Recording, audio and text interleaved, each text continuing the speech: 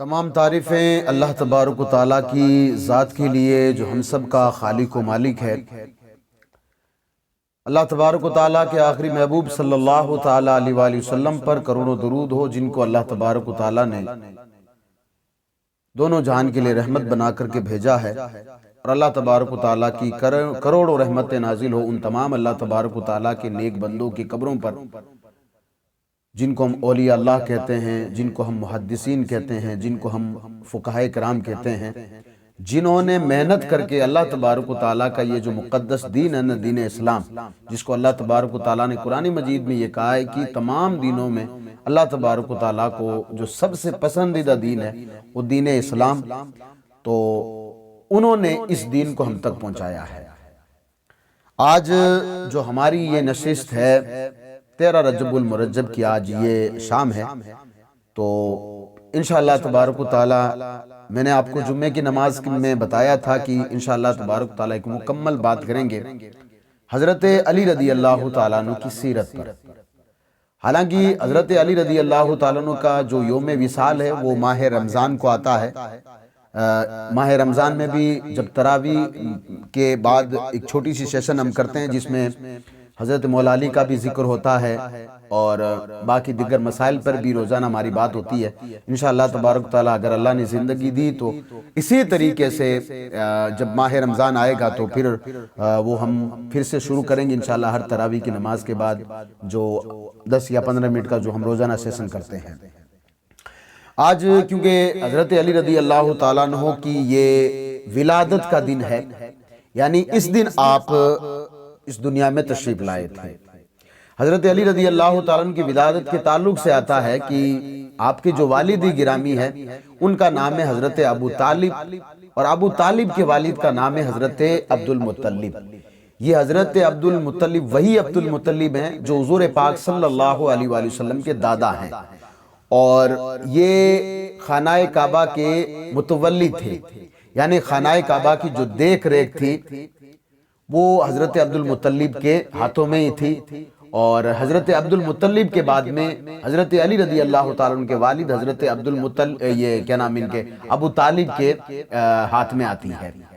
حضرت عبد المطلب جو حضور علیہ السلام کے دادا ہیں، ان کے تعلق سے آپ نے سنا ہوگا جب نبی کریم صلی اللہ علیہ وآلہ وسلم کی جب ولادت ہونے والی تھی، آقا علیہ السلام جب دنیا میں تشریف لانے والے تھے، تو اس وقت یہ حضرت عبد المطلب جو کہ حضور پاک صلی اللہ علیہ وسلم کے چچا ہیں، یہ خانہ کعبہ کے سامنے کھڑے ہوئے تھے، تو یا خانہ کعبہ سے تھوڑا دور کھڑے، لیکن خانہ کعبہ ان کو سامنے ایک دم نظر آ رہا تھا۔ دیکھا کہ خانہ کعبہ جو نا وہ حضور پاک صلی اللہ علیہ وسلم کی جو والدہ ہے آمنہ جس گھر میں رہا کرتی تھی، اگر میں اس وقت کے اگر حساب سے آپ کو بتاؤں اگر تو اس وقت وہاں پر یہ آپ دیکھ لیں کہ جو اس وقت جہاں سے آپ یہ حج کرنے جو عمرہ کرنے جاتے ہیں یا حج کرنے جاتے ہیں تو مکہ مکرمہ میں جہاں آپ ٹھہرتے ہیں وہاں سے جو آپ کو بس ملتی ہے، جو بس کا جو مین اسٹیشن ہے وہی حضور پاک صلی اللہ علیہ وسلم کا گھر بتایا جاتا ہے، جہاں پر جنت المولا بھی جنت الماوا بھی ہے، جو کہ ایک وہاں پر قبرستان ہے جس میں حضرت ابو طالب، ماں خدیجہ الکبریٰ، ان تمام کا مزار پاک ہے۔ تو حضرت عبد المطلب نے دیکھا کہ خانہ کعبہ حضرت آمنہ کی گھر کی طرف جھکا ہوا ہے۔ تھوڑی دیر کے بعد یہ خوشخبری دی جاتی ہے کہ مبارک ہو آپ کے یہاں پر یعنی حضرت عبداللہ کے گھر پہ حضرت آمنہ کے بطن مبارک سے آپ کے یہاں پر پوتا ہوا ہے۔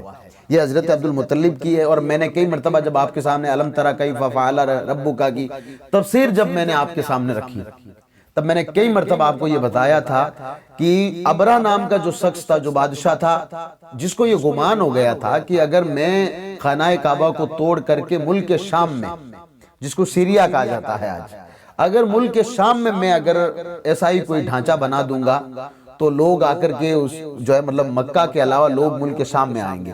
ان کو یہ نہیں پتا تھا کہ یہاں حضرت ابراہیم نے دعائیں کی ہے بھئی، یہاں حضرت ابراہیم نے اپنی بیوی اپنے بچے کو یہاں چھوڑ کر کے، جو کہ ایک پیغمبر ایک نبی ہے، ان کو چھوڑ کر کے اس شہر کو بسایا، اور اس شہر کو بسنے میں حضرت ابراہیم کی لمبی لمبی دعائیں، حضرت ابراہیم نے دعائیں کی ہے اس شہر کو بسانے کے لیے۔ لیکن وہ ابرہ نام کا شخص تھا، ہاتھیوں کا پورا لشکر لے کر آیا تھا، المختصر یہ ہے کہ جب اس نے جو ہے مطلب دیکھا کہ خانہ کعبہ کے آس پاس جو لوگ رہتے ہیں، جب ابرا کا نام سنا تو سارے لوگ نکل گئے. تو ابرا نے کہا کہ کوئی مجھ سے ملنے کیوں نہیں آ رہا ہے. تو ابرا نے سارے بکریاں وغیرہ اٹھا لی، اور اس میں کچھ حضرت عبد المطلب کی تھی جو کہ حضور پاک صلی اللہ علیہ وسلم کے دادا تھے. تو حضرت عبد المطلب کو جا کر لوگوں نے کہا کہ بھئی یہ جو بادشاہ آیا ہوا ہے باہر، یہ سیریا کا، ملک شام کا، اس نے جو ہے وہ ہمارے جانور پکڑ لیے ہیں، تو اب کیا کرنا چاہیے. تو حضرت عبد المطلب نے کہا چل رہے ہیں جانور کو چھڑانے کے لیے. تو حضرت عبد المطلب گئے تو کہا کہ اس نے حضرت عبد المطلب کو دیکھا تو وہ کھڑا ہو گیا. تو اس کے بارے میں آتا ہے کہ وہ کھڑا اس لیے ہو گیا تھا کہ حضرت عبد المطلب کی پیشانی میں نبی کریم علیہ الصلوۃ والسلام کا وہ نور، اس وقت نبی تشریف نہیں لائے تھے. 55 دن کے بعد یہ نبی کریم صلی اللہ علیہ وسلم اس دنیا میں تشریف لاتے ہیں، یہ بات یاد رکھیں. تو اس نے نور کو دیکھا تو پھر اس نے کہا تو میں تو خانہ کعبہ ڈھانے کے لیے آیا ہوں اور آپ اپنی بکریاں لینے آئے ہیں، مجھے تو لگا آپ خانہ کعبہ کی حفاظت کرنے آئے ہوں گے. تو حضرت عبد المطلب نے یہ بات کہی تھی کہ جو خانہ کعبہ کا خدا ہے نا وہ اس کی حفاظت کرے گا. ہم کون ہیں حفاظت کرنے والے؟ ان کو اللہ کی ذات پر بھروسہ تھا. وہ ہماری طرح نہیں تھے کہ ہم ایک طرف یہ کہیں کہ اللہ جو کرے گا وہ ٹھیک کرے گا، اور منی میں کہ یہ کہہ رہے ہیں کہ مجھے ہی اکیلے کو تکلیفیں کیوں ہو رہی ہے، میں ہی اکیلا کیوں آزمایا جا رہا ہوں، مجھے ہی ساری تکلیفیں کیوں ہو رہی ہے. وہ بندہ نماز نہیں پڑھ رہا لیکن اس کے پاس سب کچھ ہے. میں اللہ کی یہاں پر جو اللہ کے نام پر خیرات بھی کرتا ہوں، اللہ تبارک و تعالیٰ کے نام پر لوگوں کو دیتا بھی ہوں، لیکن پھر بھی میری کوئی نہیں سن رہا ہے. تو یہ ساری باتیں یقین والی نہیں ہیں. جب آپ کلمہ پڑھتے ہیں نا لا الہ الا اللہ محمد رسول اللہ، یہ زبان سے نہیں ہے، زبان سے کہنے کا مطلب نہیں ہے. مطلب یہ ہے کہ آپ سرنڈر کر چکے ہیں، پروردگار جو کچھ ہوگا نا اب وہ تیرے بھروسے ہے. اب جو اگر اچھا ہوگا وہ بھی میرے لیے ہے، اگر کوئی برا ہوگا وہ بھی میرے لیے ہے، وہ ساری چیزیں جو ہے تیری طرف سے. اس لیے یہ جو مصیبتیں ہم پر آ رہی ہے، قرآن کہتا ہے یہ مصیبتیں نا بھئی ایک آزمائش ہوتی ہے، ایک مصیبت ہوتی ہے. بات یاد رکھیں، آزمائش تب ہوتی ہے جب بندہ سب کچھ کرتے ہوئے بھی بندے کو تکلیف ہونا، تو یہ سمجھنا چاہیے کہ اللہ کی طرف سے آزمائش ہے. اور مصیبت اللہ تبارک و تعالیٰ قرآن مجید میں فرماتا ہے یہ جو مصیبتیں نا یہ کوئی اور کہیں سے نہیں آ رہی ہے. تم نے جو دنیا میں کرتوت کیے ہیں نا، کرتوت آپ جانتے ہوں گے کرتوت کے بارے میں، ہم سے بہتر کرتوت کو کون جانتا ہوگا. ہم نے جس طریقے سے ہر ایک چیز کی جو شیپ بگاڑا ہے، خاص کر کے ہم نے اپنا دین کا جو شیپ بگاڑا ہے وہ آپ خود دیکھ لیں. ہم نے جو چیزیں ہم پر ضروری نہیں تھی ان کو اتنا قریب لا کر دیا کہ جیسے اگر نہیں کریں گے تو پھر دنیا کیا کہے گی. اور جن کاموں کو کرنا ضروری ہے ان کے بارے میں ہمارا کوئی جو ہے مطلب وہ رائے نہیں ہے، ہماری کوئی ہم رائے لینے کو تیار نہیں ہے. ہمیں کوئی سنانے کو بیٹھا ہے تو سننے کو تیار نہیں ہے، ہمیں کوئی بتانے کو بیٹھا ہم اس کو سننے کو تیار نہیں ہے. تب جا کر کے ہمارے حالات ہوئے کہ لوگ آج آپ سے کاغذ مانگ رہے ہیں، لوگ آپ سے آج ثبوت مانگ رہے ہیں، لوگ آپ سے کن چیزوں کے ثبوت مانگ رہے ہیں. اس کی وجہ یہ ہے کہ جو چیزیں اللہ نے ہمیں نعمت بنا کر دی نا، اور میں نے آپ کے سامنے کئی مرتبہ یہ بات رکھی ہے، ہمیشہ یہ بات یاد رکھیں جب نعمت کی قدر نہیں کی جاتی نا پھر وہ زحمت بن جاتی ہے، اور جب نعمت زحمت بنتی ہے نا تو یہ بات یاد رکھیں پھر بڑی تکلیف دہ ہوتی ہے. تو حضرت عبد المطلب نے یہ بات کہی تھی کہ بھئی وہ خانہ کعبہ کا رب ہے، وہ خانہ کعبہ کی حفاظت کرے گا. تو یہ حضور علیہ الصلوۃ والسلام کے آنے سے پہلے ایک معجزہ بھی تھا حضور علیہ الصلوۃ والسلام کو، کیونکہ مکہ میں اللہ تبارک و تعالیٰ ان کو مبعوث فرمانا تھا. تو وہ جو ہے مطلب حضرت ابو طالب اپنی بکریاں لے کر چلے گئے. یہ حضرت عبد المطلب معاف کیجیے گا جو حضور کے چچا ہیں، دادا ہیں، وہ لے کر چلے گئے اور سارے مکہ والوں کو جا کر بول دیا کہ بھئی دیکھو ابرا نام کا شخص ہے نا وہ خانہ کعبہ کو ڈھانے کے لیے آیا ہے. آپ سارے لوگ جو ہے مطلب پہاڑوں پر چڑھ جائیں. آپ خانہ کعبہ کا آپ جب کبھی بھی اللہ آپ کو سب کو وہاں کی حاضری نصیب فرمائے، جب بھی جاؤ گے نا آپ دیکھو گے چاروں طرف خانہ کعبہ کے پہاڑی پہاڑ ہیں. ہزاروں مشینیں لگی ہوئی پہاڑوں کو توڑنے کے لیے، وہاں ہوٹلیں بھی بنانی پڑتی ہے، سب کچھ ہے. اس وقت پہاڑی پہاڑ تھے تو سارے لوگ پہاڑ پر چڑھ گئے. اب یہ ابرا چلا تھا اپنے ہاتھیوں کو لشکر کے لے کر کے. اس میں ایک محمود نام کا ہاتھی بھی تھا جس پر ابرا سوار تھا. ہر سب جانے کو تیار تھے لیکن یہ ابرا والا ہاتھی جانے کو تیار نہیں تھا. تینوں دشا میں اس کو جب دوڑایا جاتا ہاتھی دوڑنے کو تیار تھا، خانہ کعبہ کی طرف ہاتھی نہیں چلنے کو تیار تھا. اس کو کھنچوایا بھی گیا، مارا بھی گیا، لیکن ہاتھی نہیں گیا. پھر اللہ تبارک و تعالیٰ نے وہ ابابیل کی شکل میں پھر وہ پرندے بھیجے تفسیر میں آتا ہے کہ ان کی چونچ میں بھی ایک کنکر تھا، ان کے ایک پاؤں میں ایک کنکر تھا، دوسرے پاؤں میں، یعنی ہر پرندے کے پاس 3 کنکر تھے، اور ہر ایک کنکر پہ ایک ابرا کا جو ہے مطلب وہ سپاہی جو ہے، یا اس کو آپ کہہ لیں کہ ساتھ میں جو بھی کوئی گارڈ بن کے آیا تھا، ہر اس کی ایک کنکر پہ اس کی موت لکھی ہوئی تھی۔ اور جب وہ پرندہ اوپر سے ڈالتا نا ایسے، جب اللہ پر بھروسہ ہوتا ہے نا تو اللہ کی مدد آتی ہے، بات یاد رکھیں۔ جب اللہ تبارک و تعالیٰ کی طرف سے وہ ابابیل نام کا چھوٹا سا پرندہ اوپر سے پتھر پھینکتا، حالانکہ اس کی کیا رفتار ہوگی، لیکن کہتے ہیں کہ جب وہ جیسے ہی کنکر کو پڑتا تو جس آدمی کے جہاں وہ پڑتا پورا جسم کو چیرتے ہوئے نیچے اس کے سواری جو تھی وہ ہاتھی پر بیٹھا ہوا تھا، گھوڑے پر بیٹھا ہوا تھا، گھوڑے کو چیرتے ہوئے جیسے وہ پتھر پار کرتا وہ مر جاتا۔ اس طریقے سے پورا ہلاک ہو گیا یہ معاملہ۔ تو اس کے 55 دن بعد نبی کریم صلی اللہ علیہ وسلم مکہ میں تشریف لائے تھے۔ یہ چھوٹا سا موضوع تھا، میں اس طرف چلا گیا۔ آج ہمیں بات کرنی ہے حضرت علی رضی اللہ تعالیٰ عنہ کی۔ تو حضرت علی رضی اللہ تعالیٰ عنہ کے والد کا نام ہے حضرت ابو طالب۔ ابو طالب کی نکاح ہوا، جو حضرت ابو طالب ان کا نکاح ہوا ہے حضرت فاطمہ بنت اسد کے ساتھ۔ یہ فاطمہ بنت اسد، جہاں ابو طالب کا گھرانہ اتنا بڑا تھا نا، کیونکہ خانہ کعبہ کے متولی تھے یہ، ان کے والد حضرت عبد المطلب حضور کے دادا، اور وہ بھی خانہ کعبہ کے متولی، تو ان کو پھر جو ان کی شادی بھی ایسے گھرانے میں، بنو ہاشم یعنی جو مکہ کا سب سے پاورفل خاندان، عزت دار خاندان، سیاسی میں مطلب ساری چیزوں میں، پڑھائی لکھائی میں یہ خاندان معزز مانا جاتا تھا۔ جہاں کہیں بیٹھک ہوتی تھی اس خاندان کے معزز لوگ ہوا کرتے تھے۔ ایسی خاتون جس کا نام تھا حضرت فاطمہ بنت اسد، ان دونوں کا نکاح ہوتا ہے، ان دونوں سے حضرت علی رضی اللہ تعالیٰ عنہ پیدا ہوتے ہیں۔ حالانکہ حضرت علی رضی اللہ تعالیٰ عنہ کے اور بھی بھائی ہیں، لیکن کیونکہ مجھے بات کرنی ہے حضرت علی رضی اللہ تعالیٰ عنہ پر، اور یہ کیونکہ چھوٹی سی محفل ہے اس لیے زیادہ جو ہے مطلب اگر بات کریں گے تو لمبا وقت ہو جائے گا۔ حضرت علی رضی اللہ تعالیٰ عنہ کی والدہ جو ہے نا وہ خانہ کعبہ کا طواف کرتی ہے، جن دنوں حضرت علی رضی اللہ تعالیٰ عنہ حضرت فاطمہ بنت اسد کے پیٹ میں تھے۔ جب وہ خانہ کعبہ کا کہتے ہیں کہ 4 چکر لگا چکی، 7 چکر لگانے ہوتے ہیں خانہ کعبہ کے، میں نے کئی مرتبہ آپ کے سامنے، کیونکہ میں وہاں جب گیا تھا تو آتے ہی میں نے پورا سفر آپ کو سنایا تھا، وہ تو 4 چکر لگائے تھے، تو وہ مطلب اس کو چکر سے آنے لگے، یا پھر وہ تھک گئی بیٹھ گئی، تو جو پاس میں لوگ تھے کہا کیا ہوا فاطمہ؟ تو کہا کہ مجھے ایسا لگ رہا ہے کہ میرے بچے کی جو ولادت ہے وہ قریب ہے۔ تو خانہ کعبہ کا دروازہ کھول دیا گیا، حضرت فاطمہ بنت اسد اندر جاتی ہے، وہاں حضرت علی رضی اللہ تعالیٰ عنہ کا جو ہے مطلب جنم ہوتا ہے، آپ یوں کہہ لیں کہ پیدائش ہوتی ہے، ولادت ہوتی ہے۔ یہ ولادت کب ہوتی ہے؟ نبی کریم علیہ السلام کے اعلان نبوت، یعنی آپ اپنے نبی ہونے کا اعلان 40 سال کی عمر میں کرتے ہیں نا، آپ نے ابھی اعلان نبوت کیا نہیں ہے، اعلان نبوت سے 10 سال پہلے حضرت علی رضی اللہ تعالیٰ عنہ اس دنیا میں تشریف لاتے ہیں، 10 سال پہلے۔ اب میں کئی مرتبہ پہلے بھی آپ کو بتایا ہوگا کہ حضرت علی رضی اللہ تعالیٰ عنہ جس سال پیدا ہوئے تھے نا، مکہ میں اس وقت قحط سالی تھی ہماری، جس کو اکال کہتے ہیں، بھئی بارش نہیں ہوتی ہے تو پھر اکال ہی پڑتا ہے، تو اکال پڑا ہوا تھا اور گھر میں افراد بہت زیادہ تھے۔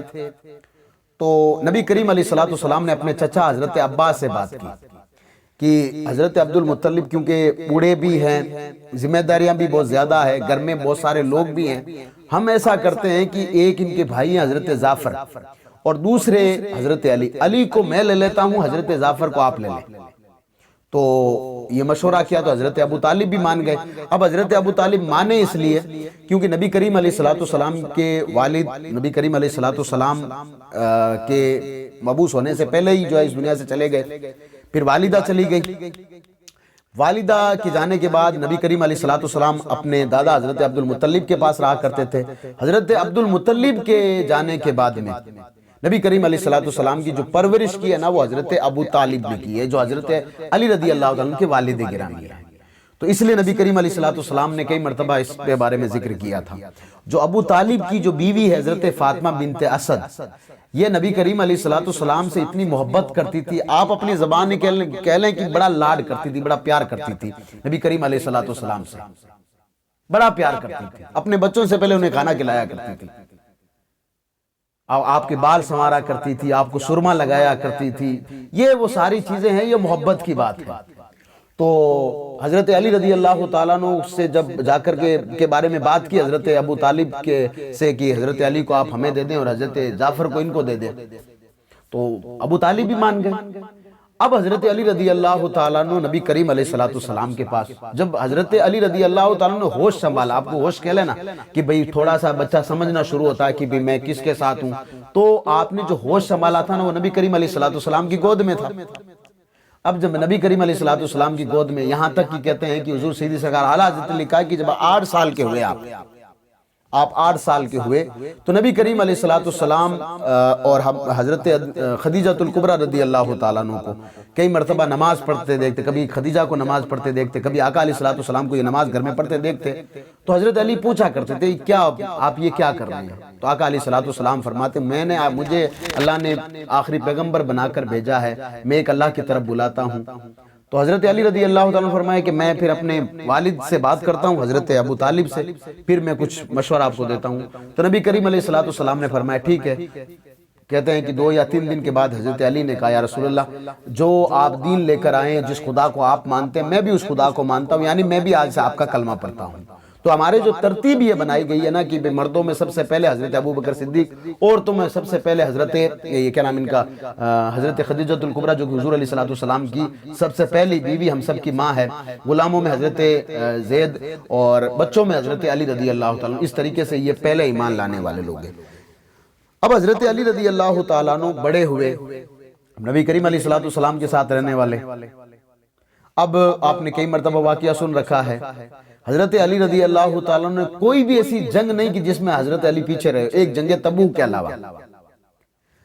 جب نبی کریم علیہ السلام کو صحابہ نے کہا کہ ہمیں یہاں لوگ ستا رہے ہیں، ہماری خود کی کھیتیاں لیکن یہ لوگ کرنے نہیں دیتے، منڈی میں ہماری خود کی دکانیں لیکن یہ لوگ ہمیں کرنے نہیں دیتے کیونکہ ہم نے آپ کا کلمہ پڑھا ہے، اس لیے ہم آپ کا کلمہ تو نہیں چھوڑ سکتے، اس لیے ہم جا رہے ہیں یہ شہر چھوڑ کر کے، آپ ہمیں اجازت دے دیں، وہاں جا کر کے ہم اللہ کی عبادت بھی کریں گے اور اللہ تبارک و تعالیٰ کی دین کی تبلیغ بھی کریں گے۔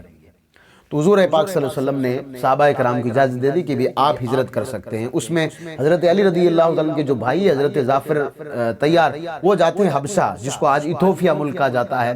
وہاں جانے کے بعد جو ایتھوپیا نا پورا عیسائیوں کا یہ ملک تھا، پورا وہاں کا بادشاہ بھی عیسائی، لیکن وہاں جا کر کے حضرت جعفر نے انہیں کہا تھا کہ میں حضرت ابو جو ہے طالب کا بیٹا ہوں اور عبد المطلب کا پوتا ہوں، ہمارے بیچ میں اللہ تبارک و تعالیٰ کا شکر ہے کہ اللہ کا نبی تشریف لایا ہے، لیکن یہ لوگ جو ہے مطلب وہ ان لوگوں کو یہ راس نہیں آئی، وہ جو بھی ان کے راستے پر چلتا ہے نا تو وہ لوگ جو ہے پتھروں سے مارتے ہیں، ان کو تکلیف دیتے ہیں، اس لیے ہم وہ شہر چھوڑ کر آ گئے، ہم آپ کے پاس، ہم آپ کی زمین پر رہیں گے، اللہ تبارک و تعالیٰ کی عبادت کریں گے، اس لیے ہم آپ سے اجازت لینے آئے ہیں کہ ہم آپ کے دیش میں رہیں گے، ملک میں رہیں گے۔ تو جو ایتھوپیا کا جو بادشاہ تھا، حبش کا جو بادشاہ تھا، اس نے کہا کہ بھئی اگر آپ کے نبی اگر ہیں تو وہ اگر نبی ہے تو میں نے کتابوں میں پڑھا ہے کہ کوئی نبی ہے تو پھر اس پر وحی نازل ہوتی ہوگی، اللہ کا وہ کلام لے کر آیا ہوگا تو اس پر اللہ کا کلام نازل ہوتا ہوگا۔ اس وقت سورہ مریم نازل ہو رہی تھی۔ اب سورہ مریم کا اور ایتھوپیا کے بادشاہ کا لینا دینا یہ تھا کہ سورہ مریم میں عیسائیوں کا جو عقیدہ ہے نا وہ یہ ہے کہ بھئی حضرت عیسیٰ اللہ تبارک و تعالیٰ کے بندے ہیں معاذ اللہ، اور یہ حضرت عیسیٰ کی ماں جو ہے نا حضرت مریم، یہ اللہ تبارک و تعالیٰ کی روح ہے، وہ اس طریقے سے بات کرتے ہیں۔ تو اللہ تبارک و تعالیٰ بھی ہمارا خدا ہے، حضرت عیسیٰ بھی ہمارے خدا ہے اور مریم بھی ہماری خدا ہے، ان کے یہاں پر تصور یہ تھا۔ سورہ مریم میں قرآن مجید کہتا ہے تو اللہ تو ایک ہی ہے، اور حضرت عیسیٰ علیہ نبی علیہ السلام اور مریم کا پورا واقعہ سورہ مریم نے بیان کیا ہے۔ وہاں حضرت جعفر وہ آیتیں رکھتے ہیں، بادشاہ جو بڑا جو ہے مطلب وہ متاثر ہوتا ہے قرآن مجید کو سن کر کے، اور تو کوئی ایمان نہیں لائے لیکن وہ بادشاہ ایمان لے آیا تھا۔ کہتے ہیں کہ یہ میں نے روایت پڑھی تھی، یہ مشکات میں بھی روایت موجود ہے، ہم عائشہ فرماتی ہے کہ ام سلمہ کے ساتھ ہم ایک مرتبہ نبی کریم علیہ السلام وغیرہ ہم سب بیٹھے ہوئے تھے، تو ایتھوپیا کے ملک کے بادشاہ کی جب ذکر ہوا، ہم اس کے قبرستان کی طرف دیکھتے تو اس کے قبرستان میں اللہ تبارک و تعالیٰ کے آسمان کی طرف سے اللہ تبارک و تعالیٰ اس کی قبر پر نور برساتا تھا، وہ نور ہمیں نظر آتا تھا۔ یہ اس بادشاہ کا کمال تھا، اس لیے کہ اس نے اس وقت ایمان لایا تھا جس وقت کوئی ایمان لانے کو تیار نہیں تھا، لیکن اللہ تبارک و تعالیٰ جس کو چاہے ہدایت دے دیتا ہے۔ یہ جعفر چلے گئے وہاں پر. اب دھیرے دھیرے کئی صحابہ گئے بھی نکلے بھی اور الگ الگ جگہوں پر جا کر کے دین کی تبلیغ کرنے لگے. کچھ واپس آئے, کچھ لوگوں کو کہیں رہنے نہیں دیا. نبی کریم علیہ السلام کو بھی حکم ہوا. اب یہ یہاں ایک میں آپ کو پوائنٹ بتا دیتا ہوں, یہ پوائنٹ کفار مکہ نے استعمال کیا نا, یہ حضرت علی رضی اللہ تعالیٰ عنہ کی زندگی بھر کے لیے ان لوگوں نے جو ہے مطلب وہ یہاں سے جو منصوبہ بنایا تھا, یہ منصوبہ زندگی بھر کے لوگوں کے لیے انہوں نے منصوبہ تیار کر دیا تھا. اب دیکھیے جب آقا علیہ السلام نے جب دین کی تبلیغ شروع کی تو کچھ قبیلے والے ایمان لائے, قبیلے کے کچھ معزز لوگ ایمان لے آئے. تو اب وہ قبیلوں سے لڑے کون؟ بھئی مان لیجئے ادھر حضرت حمزہ ہیں جو حضور پاک صلی اللہ علیہ وسلم کے چچا ہیں, تو اب حمزہ کے خاندان سے کون لڑے؟ تو ہر ایک قبیلے میں سے کوئی نہ کوئی ایمان ضرور لے آیا تھا. تو اب ان لوگوں نے ایک ترکیب بنائی کہ اگر ایک قبیلہ اگر حضور کو تکلیف پہنچائے گا تو دوسرا قبیلہ اسے جو ہے وہ بدلہ لے لے گا, اگر کوئی دوسرا قبیلہ چھیڑے گا تو تیسرا بدلہ لے لے گا. ان لوگوں نے ایک مل کر کے ایک میٹنگ بنائی, کہا کہ یہ کام کرو, ہر ایک قبیلے سے 2-4 نوجوان اٹھاؤ اور حضور علیہ السلام کے گھر کو گھیر لو. جیسے ہی حضور صلی اللہ علیہ وسلم گھر سے باہر نکلے, سارے قبیلے الگ الگ لوگ جو ہر قبیلے کے ہم لوگوں نے چنے ہیں نا نوجوانوں کو, تاکہ ایک قبیلے پر یہ الزام نہ آئے اور ایک قبیلے سے کوئی پھر بدلہ وہ کسے لیں گے. لیکن حضور اللہ تبارک و تعالیٰ کے پیغمبر, اللہ تبارک و تعالیٰ قرآن مجید میں فرماتا ہے یہ قرآن جو ہم نے نازل کیا نا, اس کی حفاظت, اس کی ذمہ داری ہم نے لی ہے کہ اس کی حفاظت ہم کریں. جن پر قرآن اترنا تھا تو پھر ان کی تو بھی ذمہ داری اللہ نے لے رکھی ہے. ادھر جب انہوں نے منصوبہ بنایا تو اللہ تبارک و تعالیٰ نے فرمایا محبوب آپ جو ہے نا یہ شہر چھوڑ دیں, آپ مکہ جس میں خانہ کعبہ ہے اس کو آپ کو چھوڑ کر کے مدینہ المنورہ جانا پڑے گا, جس کو پہلے یشرب کہا جاتا تھا, بیماریوں کا شہر کہا جاتا تھا. یہ تو حضور علیہ السلام, میں خطبے میں آپ کو کہتا ہوں نا بھائی کروڑوں درود اللہ تبارک و تعالیٰ کے آخری پیغمبر پر کہ اللہ نے جن کو رحمت بنا کر کے بھیجا ہے, یہ رحمت والے قدم اس شہر میں پڑے تو یہ مدینہ المنورہ ہو گیا, ورنہ یہ پہلے یشرب تھا, یہ بیماریوں کا شہر جس کو کہا جاتا تھا, جہاں بچیوں کو زندہ گاڑ دیا جاتا تھا. یہ بچیوں کے لیے رحمت بن کر آئے, بوڑھوں کے لیے رحمت بن کر آئے. کہاں بوڑھوں کی قدر تھی؟ یہ تو وہ آئے, انہوں نے کہا وہ ہم میں سے نہیں ہے جو اپنے بڑوں کا ادب نہ کرے, وہ ہم میں سے نہیں ہے, بوڑھوں کی قدر ہو گئی. وہ عورتیں جو آج اترائے ہوئے پھر رہی, وہ کہہ رہی کہ ہمارا جسم ہماری مرضی, ہم جو چاہیں کریں. مولانا صاحب کہنے والے کون ہوتے ہیں؟ بھائی صاحب مولانا صاحب کی بات مت مانے, ایک مرتبہ حضور کی سیرت پڑھ لیں, آپ کو پتہ چل جائے گا جب حضور نہیں تھے تو آپ کی کوئی اوقات ہی نہیں تھی. یہ جو آپ کہہ رہے ہو نا شادیوں کے گیت شادیوں میں گائے جاتے ہیں, بیٹی ناراض ہو جاتی ہے, بوا ناراض ہو جاتی ہے, مامی ناراض ہو جاتی ہے, ماسی ناراض ہو جاتی ہے. ان ماسی, مامی, چاچی, بوا سب کو بولو اگر حضور نہیں تھے نا تو پھر آپ کی کوئی اوقات بھی نہیں تھی, حیثیت ہی نہیں تھی کوئی. تو اللہ تبارک تعالیٰ نے فرمایا محبوب آپ نکلیں. تو حضرت ابو بکر صدیق رضی اللہ تعالیٰ عنہ کو ساتھ میں لیا اور نبی کریم صلی اللہ علیہ وسلم نے ہجرت کی. تو میں نے کئی مرتبہ آپ کے سامنے رکھا ہے. اب کیونکہ حضور علیہ السلام بھلے لوگ پورا مکہ دشمن تھا, لیکن مکہ کے کچھ لوگ تھے نا وہ نبی کریم علیہ السلام کو امین جانتے تھے. امین کا مطلب یہ ہے کہ اپنے ان لوگوں کو ڈر تھا کہ ہمارے گھر میں چوری نہ ہو جائے, لوٹ مار نہ ہو جائے, اس لیے وہ حضور کے پاس اپنی امانتیں رکھا کرتے تھے. تو حضور پاک صلی اللہ علیہ وسلم نے حضرت مولا علی رضی اللہ تعالیٰ عنہ کو بلایا, کہا کہ اللہ کا حکم یہ ہے کہ مجھے مکہ چھوڑ کر کے مدینہ المنورہ جانا ہے, اور اب رات کا حکم ہے تو مجھے رات میں نکلنا پڑے گا. قرآن مجید میں کہ اللہ نے کہا ہے نا بھئی, اللہ کہتا ہے یہ نبی ہے نا, یہ اپنی طرف سے کچھ نہیں کہتے ہیں, یہ جو کہتے ہیں وہ اللہ کی طرف سے کہتے ہیں. تو اللہ کا حکم آ گیا تو مجھے جانا پڑے گا, اس لیے آپ یہاں میرے گھر میں سوئیں, صبح اٹھ کر کے یہ ساری امانتیں نا یہ مکہ والوں کو دے دینی, یہ فلاں کی امانت ہے, یہ فلاں کی امانت ہے, یہ فلاں کی امانت ہے. حضرت علی رضی اللہ تعالیٰ عنہ سو گئے بستر پر. نبی کریم علیہ السلام نکل گئے, اور نکلے تو کسی کو نظر نہیں آئے, اس لیے کہ آپ نے کہہ رہے ہیں کہ مطلب کچھ قرآن کی آیتیں پڑھی اور مٹھی میں ریت لی اور ریت کو ان لوگوں کی طرف پھینکی, جس میں سارے لوگوں کے آنکھوں کے آگے پردہ آ گیا, اور حضور علیہ السلام نکل گئے. حضرت ابو بکر کو ساتھ لیا, اور وہ پورا سفر میں نے کئی مرتبہ آپ کے سامنے بیان کیا ہے. حضرت ابو بکر صدیق رضی اللہ تعالیٰ کے ساتھ یہ پورا سفر کیا. حضرت علی رضی اللہ تعالیٰ گھر میں سوئے رہے. صبح جب انہوں نے کہا کہ حضور باہر نہیں, حضرت علی باہر نکلے, کہا یہاں تو آپ کے وہ نبی ہیں محمد بن عبداللہ کہاں ہیں صلی اللہ علیہ وسلم. تو کہا کہ وہ تو رات میں چلے گئے. کہا کون سے دروازے سے نکلے؟ کہا یہی دروازہ تھا. انہوں نے کہا ہمیں تو پھر نظر نہیں آیا, بھی کیسے نکل گئے؟ تو حضرت علی نے کہا نہیں وہ تو نکل گئے, اور میں یہاں پر ہوں, اور جس کو جو کچھ کر رہا ہوں وہ میرا کچھ کرے. یہ حضرت علی رضی اللہ تعالیٰ. تو حضور پاک صلی اللہ علیہ وسلم نے حضرت علی کو اپنی جگہ سلا کر کے یہ بتا دیا کہ اے علی میں محبت کتنی کرتا ہوں، اور ابو بکر کو ساتھ میں لے جا کر کے یہ ساری محبتیں ہیں، یہ جو لوگ سیاسی نام پر آج ہمیں لڑا رہے ہیں، صحابہ اکرام کے نام پر، ایک فرقہ کہہ رہا ہے کہ حضرت علی یہ تھے، ایک فرقہ کہہ رہا ہے حضرت، تو میں آپ سے ایک ہی بات کہہ رہا ہوں، آپ جب بھی بات کریں نا تو پہلے آگے دیکھیں گے ہستی کون ہے. اگر کوئی صحابی اگر ہے آگے تو پھر ہماری کوئی اوقات نہیں ہے سرکار، کوئی اوقات نہیں ہے. اگر کوئی کہے کہ حضرت امیر معاویہ کے بارے میں ایسا بولیں یا ایسا بولیں تو آپ ان کو کہیں سرکار ہماری کوئی اوقات نہیں ہے. حضرت امیر معاویہ بھی اللہ تبارک و تعالیٰ کے محبوب صلی اللہ علیہ وسلم کے صحابی ہیں، اور وہی قرآن جب نازل ہوتا تھا تو وہ لکھنے والے تھے. ان کی فضیلتیں بھری پڑی ہوئی ہے. نبی کریم علیہ السلام نے جب عمرہ کیا تھا، عمرہ کرنے کے بعد میں آپ کو معلوم ہوگا آپ کو بال کٹوانے پڑتے ہیں. نبی کریم علیہ السلام نے حضرت امیر معاویہ سے اپنے بال جو یہ کٹوائے تھے.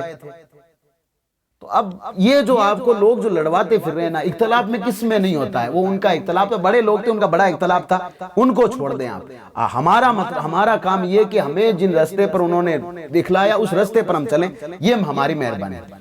اب حضرت علی رضی اللہ تعالیٰ عنہ بھی مدینہ چلے گئے. وہاں جانے کے بعد میں اب آپ کو معلوم ہوگا کہ وہاں جب گئے تھے تو نبی کریم علیہ السلام کے وہ صحابی تھے جو کہ مکہ اپنا سب کچھ مکہ میں چھوڑ کے گئے تھے. ان کی زمینیں مکہ میں تھی، دکانیں تھی. اب مدینہ المنورہ میں ایک دم اتنے آدمی جب چلے گئے تو وہاں کون؟ تو حضور علیہ السلام کے استقبال کے لیے وہ سارے لوگ وہاں پر کھڑے تھے. حضور پر جو ایمان لائے انہوں نے کہا یا رسول اللہ ہمارے پاس جو کچھ ہے نا وہ سب ہم بانٹ لیں گے. تو ہر ایک آنے والے مکہ سے جو بھی صحابی آیا، مدینے والے نے اس کو اپنا بھائی بنایا، اپنا حصہ دیا. جب حضور علیہ السلام نے ہر کسی کو بھائی بنا دیا نا، حضرت علی رضی اللہ تعالیٰ عنہ رہ گئے. حضرت علی رضی اللہ تعالیٰ عنہ رہ گئے تو حضرت علی نے کہا یا رسول اللہ آپ نے ہر کسی کو کسی نہ کسی کا بھائی بنا دیا، میرا تو کوئی نہیں رہا. حضور نے فرمایا علی تو اور میں تو ایک ہی درخت کے ہیں، یہ سب الگ الگ درخت کے ہیں، تو اور میں تو ایک ہی درخت کے ہیں نا بھائی، تو میرا بھائی ہے. حضور علیہ السلام نے فرمایا تو میرا بھائی ہے. اور وہ حدیث آپ کو معلوم ہوگی جو فرمایا میں جس کا میں مولا ہوں علی اس کا مولا ہے. اب اس سے بہت سارے لوگ آپ کو گمراہ کرتے پھروں گے، میں اس بات پر نہیں جانا چاہتا. تو حضرت علی رضی اللہ تعالیٰ عنہ یہ اب جتنی بھی چاہے وہ 2 ہجری میں جنگ بدر ہوئی ہے، چاہے وہ 3 ہجری میں غزوہ احد ہوئی ہے، چاہے وہ جنگ خیبر ہوئی ہے، اور خیبر تو آپ سب کو معلوم ہے. حضرت علی رضی اللہ تعالیٰ عنہ جب تک گئے نہیں تب تک خیبر فتح نہیں ہوئی تھی. یہ خیبر آپ جا کے علاقہ دیکھیں، کبھی آپ جائیں گے تو آپ کو پتہ چلے گا. خیبر کا علاقہ یہاں یہودی تھے، انہوں نے وہ جو قلعہ بنا کے رکھا تھا وہ سارے قلعے میں گھس گئے. اب وہ اندر بیٹھ کر کے کہیں سے تیر مار رہے ہیں، کہیں کچھ مار رہے ہیں. اب صحابہ سب باہر تھے اور باہر جو ہے پوری ریتیلی زمین ہے. تو کہتے ہیں کہ وہاں پر کافی جو ہے مطلب صحابہ کرام کو تکلیفیں دینی پڑی، کافی تکلیفیں دینی پڑی. ایک دن حضور پاک صلی اللہ علیہ وسلم نے فرمایا کہ بھئی میں جو ہے کل جس کو یہ جھنڈا جس کے ہاتھ میں دوں گا نا وہ اس خیبر کو فتح کرے گا. یہ خیبر کا ایک قلعہ ہے، یہ بات یاد رکھیں، یہ خیبر کا ایک قلعہ ہے.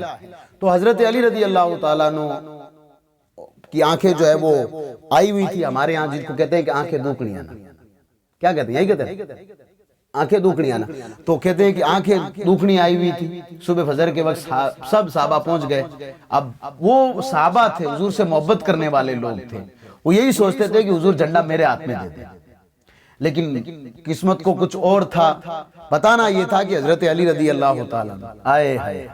حضرت علی رضی اللہ تعالیٰ عنہ حضور نے فرمایا این علی، علی کہاں ہے، علی کہاں ہے؟ تو صحابہ کرام نے عرض کیا رسول اللہ صلی اللہ علیہ وسلم علی کی جو آنکھیں ہیں نا وہ آئی ہوئی ہے، اور تو اس لیے ان کی آنکھوں میں پانی بھی چل رہا ہے صحیح طریقے سے، ان کی آنکھیں بہت زیادہ جل رہی ہے، اس لیے یا رسول اللہ آئے نہیں. حضور نے فرمایا علی کو بلاؤ. علی کو بلایا گیا. حضور پاک صلی اللہ علیہ وسلم نے اپنا لعاب دہن حضرت علی کی آنکھوں میں ڈالا تو حضرت علی کی آنکھیں تیار ہو گئی. میں نے آپ کو بتایا ہوگا جب آپ نے ہجرت کا سفر کیا تھا نا تو حضرت ابو بکر صدیق کو سانپ نے کاٹا تھا، تو حضور اپنا لعاب دہن لگاتے ہیں، حضرت ابو بکر صدیق ٹھیک ہو جاتے ہیں. اپنا لعاب دہن حضرت علی کی آنکھوں میں لگاتے ہیں تو حضرت علی کی آنکھیں ٹھیک ہو جاتی ہے. ایک عورت کہتی ہے پانی بڑا کھارا ہے اس کنویں میں، حضور علیہ السلام اپنا لعاب دہن کنویں میں ڈال دیتے، پانی جو میٹھا ہو جاتا. اب اگر کوئی یہ کہے کہ حضور جیسے ہیں، ان کو کہیں کہ بھی آپ بھی کہیں نہ کہیں ٹرائی کر کے دیکھیں، کیوں کسی ڈاکٹر کے پاس گھومتے مرتے پھر رہے ہو؟ ہاں بھائی جاؤ کبھی ٹرائی تو کرو نا یار، جو کسی کے اگر تمہارے بچے تو کیوں گٹکے ڈالتے پھر رہے ہو؟ ڈاکٹر صاحب کو گٹکو لے رہا ہوں، یہ کیوں ڈالتے پھر رہے ہو؟ آپ ان کو بولے نا کہ یار کبھی کبھار آپ بھی چیک کریں، کیونکہ آپ تو یہ کہہ رہے ہیں کہ نبی ہماری طرح ہیں، جبکہ حضرت علی کو حضور نے اپنے بھائی کہا ہے، لیکن حضرت علی نے کبھی بھی یا رسول اللہ کے علاوہ حضور کو کبھی پکارا نہیں ہے، یا نبی اللہ کے علاوہ حضور کو کبھی انہوں نے پکارا نہیں، انہوں نے نہیں کہا کہ حضور ہمارے نبی ہے، نہیں ہمارے بھائی کی طرح ہے، معاذ اللہ کبھی نہیں کہا۔ یہ جو آج کل کے بعد کا جو ٹولہ آیا ہوا نا، ان کو چھوڑیں آپ، میں کئی سال ان سے ڈیبیٹ کی ہے میں نے، پھر میں نے چھوڑ دیا بھئی، اب جو اپنی من مانی پر ہٹ دھرمی پر اڑ چکا ہو، اب کوئی اگر ماننے کو تیار ہے تو ہم اس کو بتانے کو تیار ہے، اگر کوئی نہیں مانے تو پھر اس کو بار بار بتانے میں کوئی فائدہ بھی نہیں ہے۔ تو حضرت علی رضی اللہ تعالیٰ عنہ کی جب آنکھیں ٹھیک ہو گئی تو حضور نے فرمایا علی یہ جھنڈا لو اور جاؤ اور خیبر کا قلعہ فتح کرو۔ تو حضرت علی رضی اللہ تعالیٰ عنہ جب گئے تو کہتے ہیں کہ اندر ایک جو شخص تھا نا بڑا پہلوان تھا، لیکن حضرت علی کے آگے کون سا پہلوان ہے؟ حضرت علی وہ جن کے ماں نے جس کا نام حیدر رکھا ہو، حضرت علی جن کا نام علی حضور پاک صلی اللہ علیہ وسلم نے رکھا ہو، حضرت علی وہ جن کے ابو طالب جن کو زید کہا کرتے تھے، وہ حضرت علی رضی اللہ تعالیٰ عنہ جب گئے تو کہتے ہیں کہ ایک دروازہ تھا جو کہ خیبر کا، آپ پھاٹک کہہ لیں اس کو، ہمارے یہاں پر اس کو پھاٹک کہہ لیں آپ، ایک پھاٹک بھی ایک بندہ جو آرام سے تھوڑی چڑھا سکتا ہے، نہیں چڑھا سکتے۔ اب اگر کہہ رہے اتنا کیسے بھاری ہو سکتا حضرت، یہ تو بہت سارے لوگوں نے تاریخ میں جو ہے مطلب وہ غلو کیا ہے، غلو کا مطلب یہ ہے کہ بڑا چڑھا کر تاریخ لکھی ہے۔ آپ کے یہاں کی جو پھاٹکیں لگتی ہے سرکار 2-2 کنٹل کی آپ کی وہ پھاٹکیں ہوتی ہیں، وہ تو پھر بھی قلعہ تھا ایک، اور آپ کے ہمارے ہندوستان میں جو قلعے ہیں نا ان کو چھوڑ کر کے ہمارے بڈوروں نے جو پوڑیں بنائی، ان پوڑوں کے دروازے دیکھ لو، ایک آدمی ان دروازے نہیں اٹھا سکتا جب تک 10 آدمی اکٹھے نہیں ہو جائے۔ اب وہ دروازہ ایسا تھا کہ اس کے بارے میں یہ آتا ہے کہ کئی مرتبہ 40 لوگ اس دروازے کو کھاڑنے کے لیے لگ چکے، لیکن دروازہ اکھڑا نہیں تھا۔ حضرت علی رضی اللہ تعالیٰ عنہ کو کیونکہ حضور علیہ السلام نے دعائیں دی، حضور نے جو جھنڈا دیا تھا اس کا مطلب حضور نے دعائیں دی، اب جب حضور دعا کریں تو حضرت علی نے جا کر کے اس دروازے کو اٹھایا اور ڈھال بنا لیا۔ یہ ہوتی ہے حیدر کی طاقت، یہ ہوتی ہے حضور پاک صلی اللہ علیہ وسلم کی دعا کی طاقت، یہ ہوتی ہے ایک نبی کی دعا کی طاقت۔ وہ جا کر کے وہ جو ایک مرحب نام کا اندر جو تھا اس نے کہا کہ کون ہے، تو کہا کہ میں وہ ہوں جس کی ماں نے جس کا نام حیدر رکھا ہے۔ اب وہ بہت اٹکلیں کبھی کرتا، کبھی اس نے کہا کہ میں کتنے ایسے آئے، کتنے ایسے آئے۔ حضرت علی نے ایک بار کیا، 4 کھانے چیتے، وہ تھے حضرت علی رضی اللہ تعالیٰ عنہ۔ تو یہ جو جنگ خیبر تھی نا حضرت علی رضی اللہ تعالیٰ عنہ کے ہاتھوں میں اللہ تبارک و تعالیٰ نے فتح دی۔ پھر جو ہے یہ آپ کے یہ تقریباً میرے حساب سے 7 ہجری میں ہوئی ہے، پھر 8 ہجری آپ کے لے لیں فتح مکہ۔ آپ دیکھیں ماہ رمضان تھا جب نبی کریم علیہ السلام کو جس مکہ سے نکالا گیا تھا نا، تو اللہ تبارک تعالیٰ نے فرمایا محبوب آج تو میں تمہیں حکم دے رہا ہوں کہ تم یہاں سے ہجرت کر کے چلے جاؤ، لیکن یہاں شان و شوکت کے ساتھ واپس میں لاؤں گا۔ اور وہ دن بھی آیا 8 سال کے بعد میں نبی کریم علیہ السلام اپنے تمام صحابہ کرام کے ساتھ جب مکہ میں داخل ہونے لگے تو پہلے ان تک کہتے ہیں کہ جب نبی کریم علیہ السلام نے فرمایا ہم مکہ کو فتح کریں گے، یعنی وہ مکہ ہم واپس لیں گے، تو کہتے ہیں کہ ایک کوئی عورت تھی جو کہ جاسوس بن کر رہ رہی تھی رسول اللہ صلی اللہ علیہ وسلم کے بیچ میں، لیکن جو غیب جاننے والا اس کے یہاں پر کون جاسوس بن کے رہ سکتا؟ میں نے غریب نواز کی سیرت جب آپ کے سامنے بیان کی تھی، میں نے کیا کہا تھا؟ جو دلوں پر راز کرتا ہو اس کے ساتھ کوئی جاسوسی کیا کرے گا؟ وہ اس عورت کو پتہ لگ گیا کہ نبی کریم صلی اللہ علیہ وسلم اپنے صحابہ کے ساتھ جائیں گے مکہ کو فتح کرنے کے لیے۔ 8 سال ہو گئے آقا علیہ السلام کو مکہ کو چھوڑے ہوئے، کئی مرتبہ آنے کی کوشش کی لوگوں نے، کئی بیچ میں معاہدے بھی ہوئے، سب کچھ ہوئے۔ وہ عورت اپنا ایک خط لکھا اس نے اور اپنی چٹیا میں باندھ کر کے نکل گئی مکہ کی طرف۔ نبی کریم علیہ السلام نے حضرت علی رضی اللہ تعالیٰ نے ایک صحابی دو کو بلایا، کہا جاؤ ایک عورت ہے اور فلاں جگہ وہ ملے گی۔ حضور نے یہ نہیں فرمایا کہ راستے میں جا کر اسے پکڑنا، حضور نے فرمایا فلاں جگہ وہ ملے گی، جگہ کا نام میری زبان کے نیچے ہے، جگہ کا نام بھی بتایا کہ وہاں پر وہ عورت ملے گی، اس کے پاس خفیہ خط ہے، وہ خط اور عورت دونوں مجھے چاہیے۔ حضرت علی رضی اللہ تعالیٰ عنہ ایک صحابی رسول ہے، وہ بھی ساتھ میں گئے، عورت سے کہا کہ جو تیرے پاس ہے وہ دے دے۔ عورت نے کہا میرے پاس کچھ نہیں ہے، تو حضرت علی نے کہا جو ہے وہ دے دے، کیونکہ ہمیں نبی نے ہمیں آج تک کوئی جو ہے مطلب جو بھی خبر دی وہ کبھی غلط ہوئی نہیں ہے، نبی نے جو خبر دی وہ آج تک کبھی غلط ہوئی نہیں ہے۔ تو پھر اس عورت نے اپنی چٹیا کھول کر کے خط دیا حضرت علی کو، جس میں یہ لکھا ہوا تھا کہ وہ کہنے جا رہی تھی کہ خبردار ہو جاؤ، نبی کریم صلی اللہ علیہ وسلم اپنے صحابہ کے ساتھ آ رہے ہیں اسی مکہ کو فتح کرنے کے لیے۔ حضرت علی اس عورت کو لے کر، اس خط کو لے کر کے نبی کریم علیہ السلام کے پاس پہنچے۔ یہاں یہ ساری چیزیں میں آپ کے سامنے یہ بیان کر رہا ہوں، یہ بیان کرنے کا مقصد یہ ہے اس عقیدے کو بنائے رکھنا، جو علم غیب کا عقیدہ ہے، جو حضور پاک صلی اللہ علیہ وسلم نے جن جن صحابہ کو جو مرتبہ دیا ہے اس کو چیک کرتے ہوئے جانا۔ ان کو یہ آج کل تھوڑے دن کے بعد میں دھیرے دھیرے اگر ہم ان محفلوں کی قدر نہیں کریں گے، یا دھیرے دھیرے جب ہم نہیں پڑھیں گے، کتابوں پر دھول جم جائے گی نا، تو اس کے بعد میں آپ سے وہ ساری چیزیں آپ کو شک و شباب میں ڈال دیا جائے گا۔ کئی مرتبہ ہم سے لوگ کہہ دیتے ہیں، ہم جو قرآن کی آیت رکھتے ہیں ان کے سامنے قرآن کی آیت کا جب ترجمہ سیدھا رکھتے ہیں، خاص کر کے میں تو قرآن کی آیت بہت کم پڑھتا ہوں، ترجمہ سیدھا سامنے رکھتا ہوں، تو اکثر پہلی بات تو یہ ہے کہ مجھے زیادہ تر قرآن کی آیتیں یاد رہتی نہیں ہیں۔ ڈر اس بات کا ہوتا ہے کہ بھئی قرآن کی آیت جب پڑھتے ہیں نا تو اس میں ہو سکتا ہے کہ پڑھنے میں کچھ مسٹیک ہو جائے، اس لیے ہم سیدھا ترجمہ رکھ دیتے ہیں اور بتا دیتے ہیں کہ فلاں آیت ہے آپ جا کر پڑھ لیجئے۔ تو کئی ایسے لوگ ہیں جن کو اب شک ہو گیا تو وہ سوچتے ہیں یار قرآن میں ہے کہ نہیں، مولوی نے بتا تو دیا تھا، جب جا کر کھولتے تب پتہ چلتا ہے یہ قرآن میں ہے، یہ قرآن میں ہے۔ تو یہ جو شک ہے نا یہ اس لیے ہو گیا کہ ہماری کتاب میں جو تھی نا اس پر دھول جم گیا ہے، محفلیں ہماری کامیاب رہی نہیں، اور اگر جن محفلوں میں ہم لوگ آتے بھی ہیں تو آپ لوگ وہ کبھی کیچ اپ نہیں کر پاتے ہو۔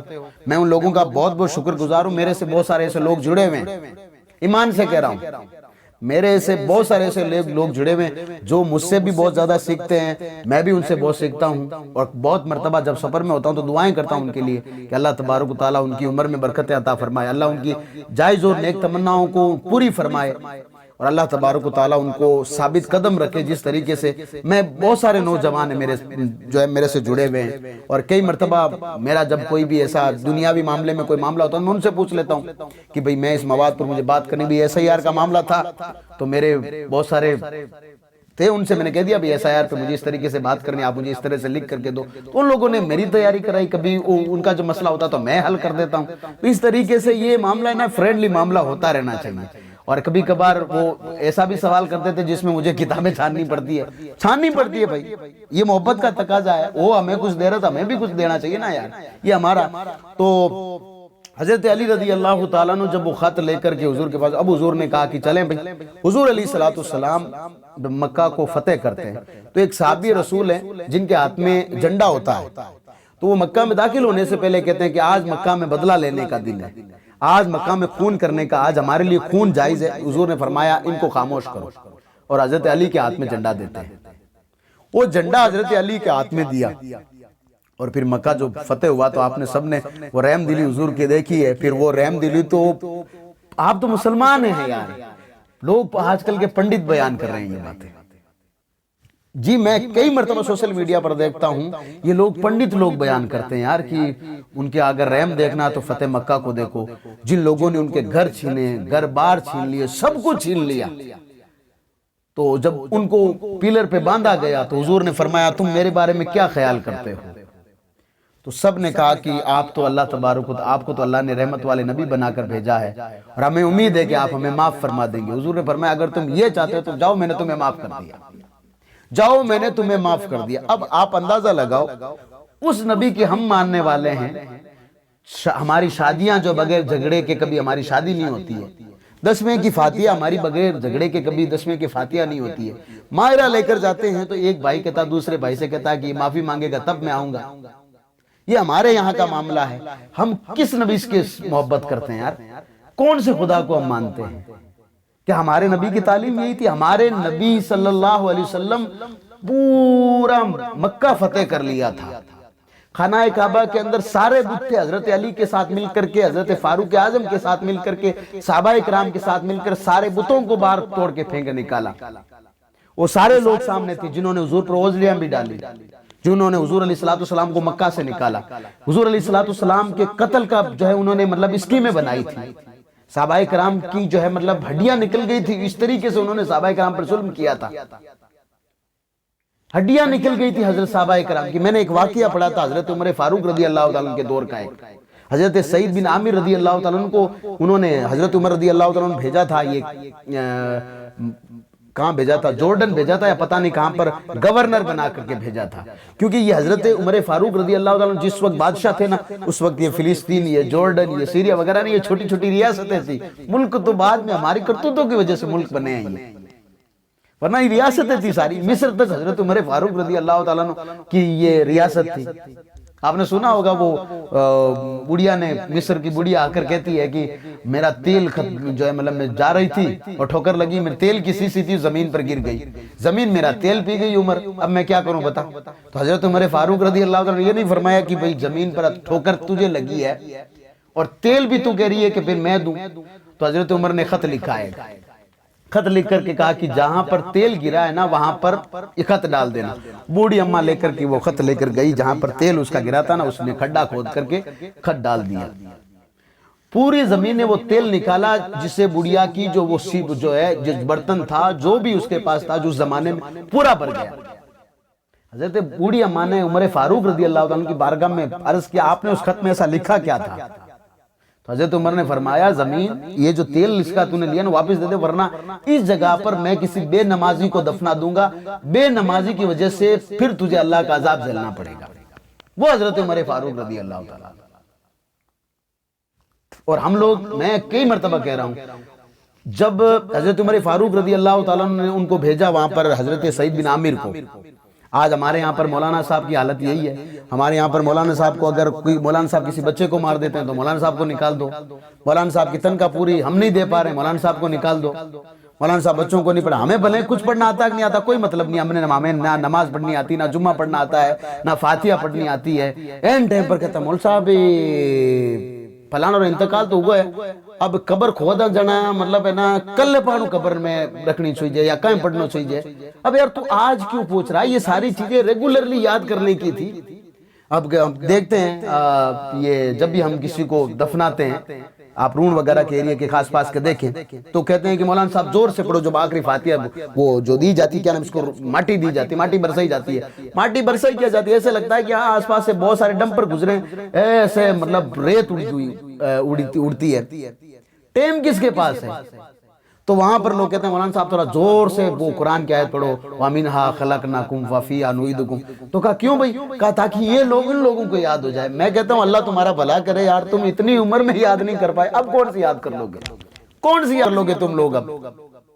تو حضرت عمر فاروق رضی اللہ تعالیٰ کے دور میں بھی حضرت سعید بن عامر کو وہاں جب بنا کر بھیجا تو حضرت عمر رضی اللہ تعالیٰ کا ایک یہ عادت کریمہ تھی کہ جہاں بھی گورنر کو بھیجتے نا اس کے پیچھے جا کر کے اس کی شکایتیں وغیرہ کیا معمول ہے وہ سب دیکھتے تھے.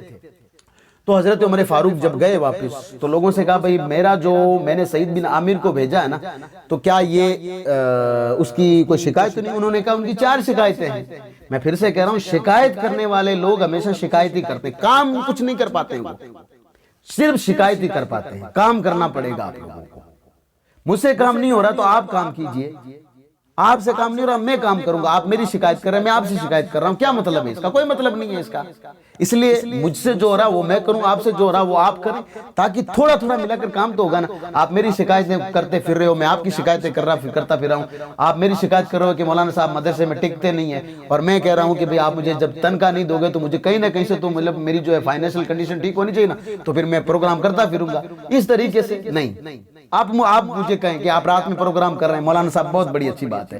دن میں آپ کو کوئی بلاتا تو آپ معزز مہمان کی طرح جاتے ہیں، کوئی بات نہیں، ہمارا فخر سے سر اونچا ہوتا ہے کیوں آپ ہمارے گاؤں کے ہیں. لیکن ساتھ مولانا صاحب ہمارے بچوں کا بھی آپ خیال رکھیے. آپ ہمارے بچوں کو بھی عقائد مسائل بتائیے، ان کو قرآن پڑھائیے، جمعے کے دن آپ ٹائم پر حاضر رہیے، نماز کے وقت پڑھائیے. یہ ساری باتیں آپ کہیں نا، ورنہ پھر شکایتیں نہیں. تو حضرت عمر فاروق رضی اللہ تعالیٰ عنہ جب گئے تو انہوں نے کہا آپ کے جو بھیجا نا آپ نے گورنر، اس کی 4 شکایتیں ہمارے پاس ہے. تو حضرت سعید بن عامر رضی اللہ تعالیٰ عنہ کو بلایا گیا. آج کل کا کسی سرپنچ کو اگر ہم ووٹ دے دیتا نا وہ کسی کو پوچھتا نہیں ہے.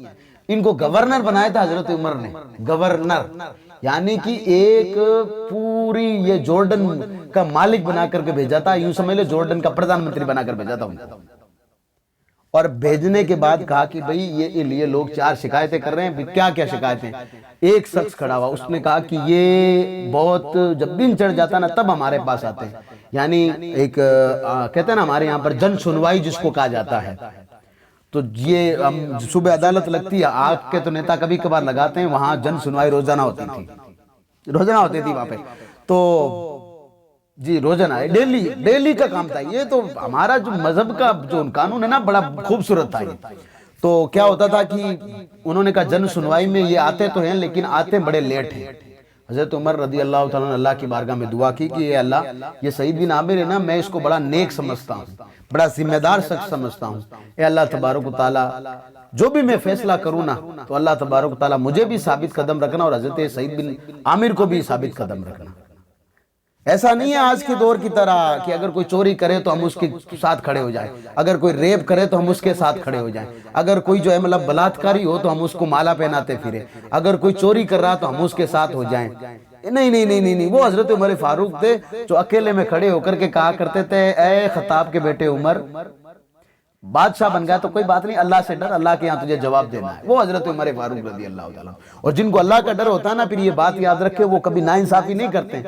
یہ آج کے لوگوں کو کیا پتا اللہ کا ڈر کیا ہوتا ہے، ان لوگوں کو پتا بھی نہیں ہے۔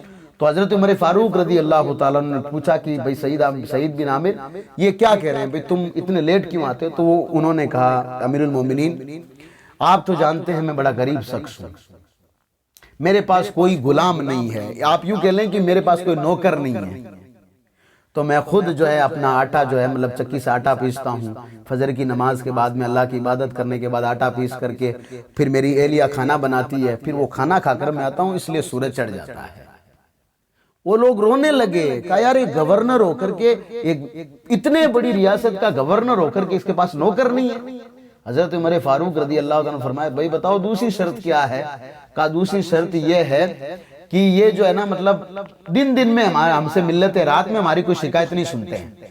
حضرت عمر نے فرمایا اس کی کیا ہے تمہارے پاس؟ سعید بن عامر نے کہا، اے امیر المومنین میں دن میں ان کی شکایتیں سنتا ہوں، رات میں اللہ تبارک و تعالیٰ کو میں نے ٹائم دے رکھا ہے، رات بھر میں اللہ تبارک و تعالیٰ کی عبادت کرتا ہوں۔ کہا ٹھیک ہے بھائی۔ پھر کہا کہ پھر ایک بندہ کھڑا ہوا، کہا یہ تو دو ہم مان لیتے ہیں، لیکن یہ مہینے میں ایک دن چھٹی کرتے ہیں۔ کتنے؟ مہینے میں ایک دن یہ چھٹی کر لیتے ہیں۔ یہ حضرت عمر کا دور ہے یار، جو حضرت عمر کہا کرتے تھے نا، ہاں میں وہاں کا بادشاہ ہوں جہاں شیر اور بکری ایک ساتھ پانی پیے، اگر شیر بکری پر حملہ کر دے نا تو پھر اس کی ذمہ داری حضرت عمر کی ہو۔ وہ حضرت عمر فاروق رضی اللہ تعالیٰ۔ حالانکہ شیر کا کام ہے بکری کو کھانا، شیر کا کام ہے ہرن کو کھانا، لیکن کہنے کا مطلب یہ تھا کہ اگر شیر کا پیٹ بھرا ہوا نا تو فالتو میں بکری کو وہ نہیں مار سکتا۔ اس کا مطلب یہ بات یاد رکھیں۔ ہاں کوئی بھی اگر کہے نا کہ حضرت عمر یہ کیسے کہتے ہیں، اس کا مطلب یہ ہے کہ جتنا کھانا شیر کو کھانا، اتنا اگر شیر نے کھانا کھا کر بھی شیر یہ کہتا ہے کہ کل کے لیے میں بکری مار لوں تو وہ شیر کو اجازت نہیں ہے۔ حضرت عمر رضی اللہ تعالیٰ نے اس قول کا مطلب یہ ہے۔ تو حضرت عمر نے کہا بھی مہینے میں چھٹی کیوں کرتے ہو؟ آئے ہائے ہائے گورنر ہو کر کے، لیکن حضرت عمر کہتے چھٹی کیوں کر رہے ہو؟ تو انہوں نے کہا، اے امیر المومنین میرے پاس ایک ہی کپڑا ہے، ایک ہی جبہ ہے، مہینے میں ایک مرتبہ اس کو میں دھوتا ہوں، جب دھوتا ہوں تو پھر آپ کو معلوم ہے باہر نہیں نکل سکتا، اس لیے اس کپڑے کو مجھے دھونا پڑتا ہے۔ حضرت عمر کی آنکھوں میں پانی آ رہا ہے کہ میں نے ایسا گورنر کبھی نہیں دیکھا، اور یہ اس قوم پر مجھے ترس آ رہا ہے، یہ قوم اس ایسے گورنر کی بھی جو ہے مطلب وہ عزت نہیں کر رہی ہے، ادب نہیں کر رہی ہے۔ پھر جب دوسرے گورنر آتے ہیں ان پر جوتیاں مارتے ہیں، ان کو ذلیل کرتے ہیں، تب یہ لوگ مانتے ہیں۔ اور ہم نے بھی ایسا ہی کیا ہے، کئی مرتبہ ہمیں اچھے جب ملے لوگ تو ہم نے ان کی قدر نہیں کی۔ آج دیکھ لیں جوتیاں والے لوگ ہمارے سروں پر بیٹھے ہوئے ہیں، آپ خود دیکھ رہے ہیں۔ تو کہا کہ تیسری جب بات ہوئی، کہا چوتھی بات کیا ہے؟ کہا کبھی کبھی ہم جب بات کرتے ہیں تو یہ بے ہوش ہو جاتے ہیں۔ تو اب یہ بھی شکایت ان لوگوں کی، آپ دیکھیں آپ گاؤں والے کبھی کبھی مولانا صاحب کی شکایت کرتے ہیں نا، مولانا صاحب ایسا نہیں کرتے، جھاڑو نہیں نکالتے، لائٹ بند نہیں کرتے ہیں، پانی کی ٹنکی صحیح چالو نہیں کر پاتے ہیں، ہمارے بچے کو مار دیتے ہیں، اس کے بچے کو نہیں مارتے ہیں۔ یہ اس طریقے کی جو شکایت ہے نا، وہی لوگ سے شکایت، یہ وہاں کے لوگوں کا یہ ایک معاملہ تھا۔ ان کو یہ پتا تھا کہ تمہارے بیچ میں جو گورنر بیٹھا ہوا نا، اللہ اس سے راضی ہوا ہے۔ بھئی حضرت سعید بن عامر رضی اللہ تعالیٰ عنہ اتنا بڑا ہونے کے بعد نہ اس کے پاس نوکر، نہ اس کے پاس جو ہے مطلب خود چکی چلانا، ایک ہی ڈریس ہے۔ میرے جیسا اگر چھوٹا موٹا آدمی جس کے پاس سب کچھ ہو جائے، تھوڑا سا پیسہ آ جائے تو وہ 15-20 ڈریس ہر ایک پروگرام میں الگ جبہ پہن کے گھومتا ہے۔ حضرت سعید بن عامر برانڈیڈ آدمی، جس آدمی کا قد اتنا بڑا ہو، اس کی شکایتیں لوگ کر رہے ہیں. اب اگر کل کوئی آپ کی اور میری شکایت کریں تو ڈرنے کی ضرورت نہیں ہے. ہاں جی، حضرت عمر فاروق رضی اللہ تعالیٰ عنہ کی بارگاہ میں حضرت سعید بن عامر کی شکایتیں ہوئی ہیں، کہا پھر بے ہوش کیوں ہو جاتے ہو. انہوں نے یہ واقعہ سنایا تھا جو میں فتح مکہ کے معاملے پر آیا نا، یہ اس بات کے لیے. حضرت وہ سعید بن عامر کہتے ہیں جب میں ایمان نہیں لایا تھا نا تو رسول اللہ صلی اللہ علیہ وسلم کے ایک صحابی تھے حضرت خبیب رضی اللہ تعالیٰ عنہ، یہ حبشی تھے، غلام تھے، یہ حضور پر ایمان لے آئے تھے. ان کو کئی لوگوں نے جکڑ لیا اور ان کو گلے سے باندھ دیا، ان کی آواز باہر نہیں آ رہی تھی. میں بھی ان لوگوں میں شامل تھا کیونکہ میں اس وقت ایمان نہیں لایا تھا. تو ہم نے ان کو کہا تھا کہ اگر تیری جگہ اگر تیرا نبی ہو اور ہم اس کو باندھ کر کے اس کو تکلیف دے تو کیا کہتا ہے؟ تو حضرت خبیب نے کہا جب تک میں اور میری اولاد زندہ نہ تب تک ہم اپنے نبی پر آنچ نہیں آنے دیں گے. پھر انہوں نے کہا یا محمد صلی اللہ علیہ وسلم، یا محمد صلی اللہ علیہ وسلم. حضرت سعید بن عامر کہتے ہیں جب میں وہ بات یاد کرتا ہوں نا، کاش کہ میں اس وقت حضرت ان کی خبیب کی مدد کر پاتا، کیونکہ میں تو خود اس وقت میرے دل میں ایمان کی روشنی نہیں تھی، میں تو بعد میں ایمان لایا تھا. تو حضرت عمر فاروق رضی اللہ تعالیٰ عنہ کہتے ہیں لوگوں تمہیں اور کیسا امام چاہیے، تمہیں کیسا گورنر چاہیے، تمہیں کیسا آدمی چاہیے. میں امام اس لیے کہہ رہا ہوں اس وقت نماز بھی وہی پڑھاتے تھے، تمہیں کیسا آدمی چاہیے. تو حضرت فاروق اعظم رضی اللہ تعالیٰ جاتے وقت کہتے ہیں کہ 1000 جو حضرت فاروق اعظم کے زمانے میں جو اشرفیہ چلتی تھی یا دینار چلتے تھے وہ دے کر کہتے کہ بھئی تم خرچہ کر لینا. حضرت سعید بن عامر جن کے پاس ایک ہی جوڑا ہے پہننے کو، نوکر بھی نہیں ہے، تو وہ جب لے کر گئے تو اپنی اہلیہ سے کہا یہ دیکھو آج ہم مالدار ہو گئے. ان کی بیوی بڑی جو ہے مطلب وہ اللہ والی تھی، انہوں نے کہا اس سے ہم سے زیادہ کوئی اور شخص ہوگا جو اس کا جو ہے مطلب مستحق ہوگا، اس کی ضرورت ہمیں نہیں ہے، آپ لے جا کر کے ایسے لوگوں کو دے دے جن کو ضرورت ہوگی. یار کیا آدمی تھے وہ لوگ. اس لیے اللہ تبارک و تعالیٰ نے پوری روئے زمین پر اللہ اللہ کرنے والوں کے نام ان لوگوں کی بدولت آیا. ہم لوگ اگر ہو جاتے تو اگر اس زمانے میں ہمارا تو کوئی معاملہ بھی نہیں تھا، ہم نے کیا ہے؟ ہم نے کچھ نہیں کیا. اب آپ نے کلمہ پڑھایا، ہم نے پڑھ لیا اور بس عید اور بقرہ عید کے دن اچھا سا کپڑے پہن لیے، بکرا کھا لیا، مٹھائی کھا لی، رمضان آیا تو 2 روزے رکھ لیے، ایک کہیں بھٹکنا نہ پھرے. بس ہمارا کام یہ جمعے کے دن 3 جمعہ نہیں چھوڑنا چاہیے، 2 جمعے چھوڑ کر کے تیسرے جمعے میں اللہ اکبر ہم آ گئے. بس ہماری بات ہی ختم ہے سرکار. ہم نے کیا ہے؟ اور سب سے زیادہ سستی جنت ہمیں بتائی جاتی ہے کہ آپ تو جنت میں چلے جاؤ گے. بھئی اللہ کی رحمت بہت بڑی ہے، اور جیسے جیسے زمانہ جو ہے مطلب فتین کا آئے گا ویسے ویسے جو ہے مطلب جتنا لوگ اسلام پر عمل کریں گے ان لوگوں کے لیے وہ عمل اتنا کافی ہوگا. لیکن یہ بات یاد رکھ کے کوشش کریں کہ اللہ تبارک تعالیٰ ناراض نہ ہو. تو حضور پاک صلی اللہ علیہ وسلم نے تمام کو معاف کر دیا. ہمارے یہاں بڑا بھائی چھوٹے بھائی کو معاف نہیں کر رہا ہے. ہماری شادیاں آپ دیکھ لیں، جب تک پگڑیاں ایک دوسرے کی نہیں کھچالی جاتی تب تک ہماری شادیاں نہیں ہو رہی ہے. یہ تو میں آپ کے سامنے بات کر رہا ہوں نا، میں یہاں دوسرے کہیں کا ہوتا تو بات الگ ہوتی. تو حضرت علی رضی اللہ تعالیٰ عنہ نے جب یہ سب کچھ ہوا تو یہ خانہ کعبہ بھی جو ہے بتوں سے پاک ہو گیا. 8 ہجری کی بات ہے یہ. پھر 9 ہجری میں جنگ تبوک ہوئی ہے. یہ جنگ تبوک جو ہوئی ہے نا، یہ جنگ تبوک نبی کریم صلی اللہ علیہ وسلم اپنے صحابہ کرام کو لے کر گئے تو مدینہ المنورہ میں حضرت علی رضی اللہ تعالیٰ عنہ کو چھوڑ کے گئے. کہا کہ علی یہاں بچے بھی ہیں، عورتیں بھی ہیں، ان کا خیال رکھنا ہے. تو حضرت علی رضی اللہ تعالیٰ نے فرمایا کہ یا رسول اللہ صلی اللہ علیہ وسلم اگر مجھے آپ اس لائق سمجھتے ہیں کہ میں ان عورتوں اور بچوں کے بیچ میں رہوں، تب حضور نے فرمایا علی تو یہ نہیں چاہتا ہے کہ تم میرے لیے حضرت موسیٰ کے لیے تم میرے لیے ایسے جیسے کہ موسیٰ کے لیے ہارون ہے. یہ ہارون حضرت موسیٰ دونوں اللہ کے پیغمبر ہیں. یہ دونوں اللہ کے نبی. حضرت موسیٰ پر توریت نازل ہوئی تھی تو توریت لینے جب گئے تھے نا تو پوری بنی اسرائیل کی باغ دوڑ حضرت ہارون کے ہاتھ میں دے کے گئے تھے وہ. تو اس طریقے سے حالانکہ حضور نے فرمایا تم میرے لیے ایسے جیسے موسیٰ کے لیے ہارون، لیکن میرے بعد نبی کوئی نہیں آئے گا. تو یہ جنگ تبوک اس میں نبی حضرت علی رضی اللہ تعالیٰ کو حضور نے خود رکھا، ورنہ وہ پیچھے رہنے والی ذات تھی نہیں. تو وہ تھے حضرت علی رضی اللہ تعالیٰ. بہت سارے فضائل ہیں ان کے. حضرت علی رضی اللہ تعالیٰ عنہ کہ میں جتنا ان کے فضائل بیان کروں اتنے کم ہیں، لیکن اب میں آتا ہوں آپ کی خلافت پر۔ دیکھیے جب حضور کا انتقال ہوا، حضور علیہ السلام نے جب وصال فرمایا حضور صلی اللہ علیہ وسلم نے، تو حضرت علی رضی اللہ تعالیٰ عنہ، حضرت ان کا کیا کہتے ہیں، حضرت عبداللہ ابن عباس کے بیٹے، یہ ساروں نے مل کر کے حضور کو غسل بھی دیا، قبر میں بھی جو ہے مطلب اتارا، اور نبی کریم علیہ السلام کی آنکھیں مبارک پر یا جو یہ پانی کی جو بوندیں تھی نا، وہ حضرت علی رضی اللہ تعالیٰ نے اپنی زبان مبارک سے صاف کی تھی، ان کو اتارا۔ پھر اس کے بعد میں حضرت ابو بکر صدیق رضی اللہ تعالیٰ خلیفہ بنے تو اس وقت ابو سفیان جو کہ حضور علیہ السلام کے سسر بھی ہیں، وہ حضرت ام حبیبہ کے والد ہیں اور حضرت امیر معاویہ کے باپ ہیں۔ انہوں نے حضرت علی رضی اللہ عنہ کے پاس آ کر کہا تھا اگر آپ کہیں تو ہم ابو بکر کی صدیق کی بیعت نہ لیں۔ تو حضرت علی رضی اللہ عنہ نے فرمایا تمہیں کس نے کہا کہ میں حضرت ابو بکر کو خلافت کا جو ہے مطلب وہ اہل نہیں مانتا ہوں؟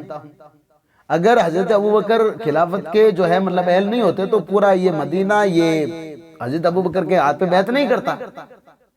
پھر حضرت ابو بکر صدیق رضی اللہ تعالیٰ کی وصال کے بعد حضرت عمر فاروق رضی اللہ تعالیٰ کا نمبر آیا، تو حضرت فاروق اعظم رضی اللہ تعالیٰ پر حضرت علی نے اپنی بیعت کی، اور حضرت فاروق اعظم نے ان کو خاص آپ ایک جگہ دی، مشورے سے نوازتے تھے، یہاں تک کہ حضرت فاروق اعظم رضی اللہ تعالیٰ کی بارگاہ میں جب کوئی سوال ہوتا تھا، کوئی فتویٰ پوچھا جاتا تھا، تو حضرت فاروق اعظم کہتے حضرت علی سے پوچھو، اس لیے کہ حضور نے فرمایا میں علم کا شہر ہوں، علی اس کا دروازہ ہے، تو حضرت علی سے پوچھا جاتا تھا۔ اور کبھی کبھار جب حضرت علی محفل میں نہیں ہوا کرتے تو سوال کو پوچھ لیتا، تو حضرت عمر کہتے تھے بیٹھ جاؤ، جس دن علی آئیں گے اس دن انہی سے سوال کرنا، یعنی وہ ہم میں سب سے زیادہ جاننے والے ہیں۔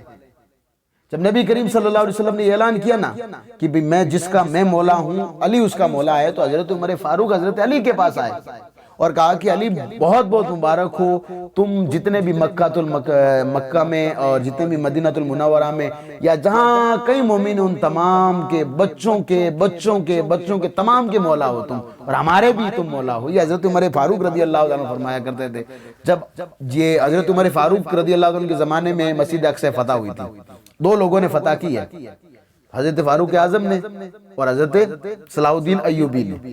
حضرت فاروق اعظم کو پتہ لگا کہ ہم نے جو ہے یہ مسجد اقصی فتح کر لی ہے، جب وہاں گئے تھے آپ دیکھنے کے لیے، تب آپ نے مدینہ المنورہ اپنی جگہ حضرت علی کو دیکھ کر کے گئے تھے، حضرت فاروق اعظم رضی اللہ تعالیٰ عنہ۔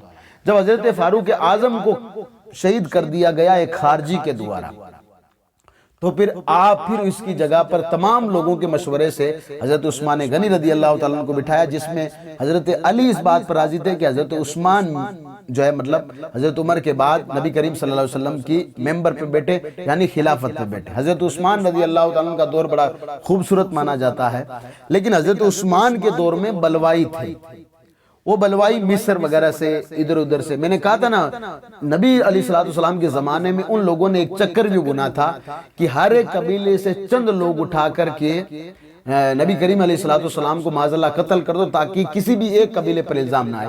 ان لوگوں نے حضرت عثمان غنی رضی اللہ تعالیٰ کے ساتھ یہ کیا تھا، یہ بلوائی تھے۔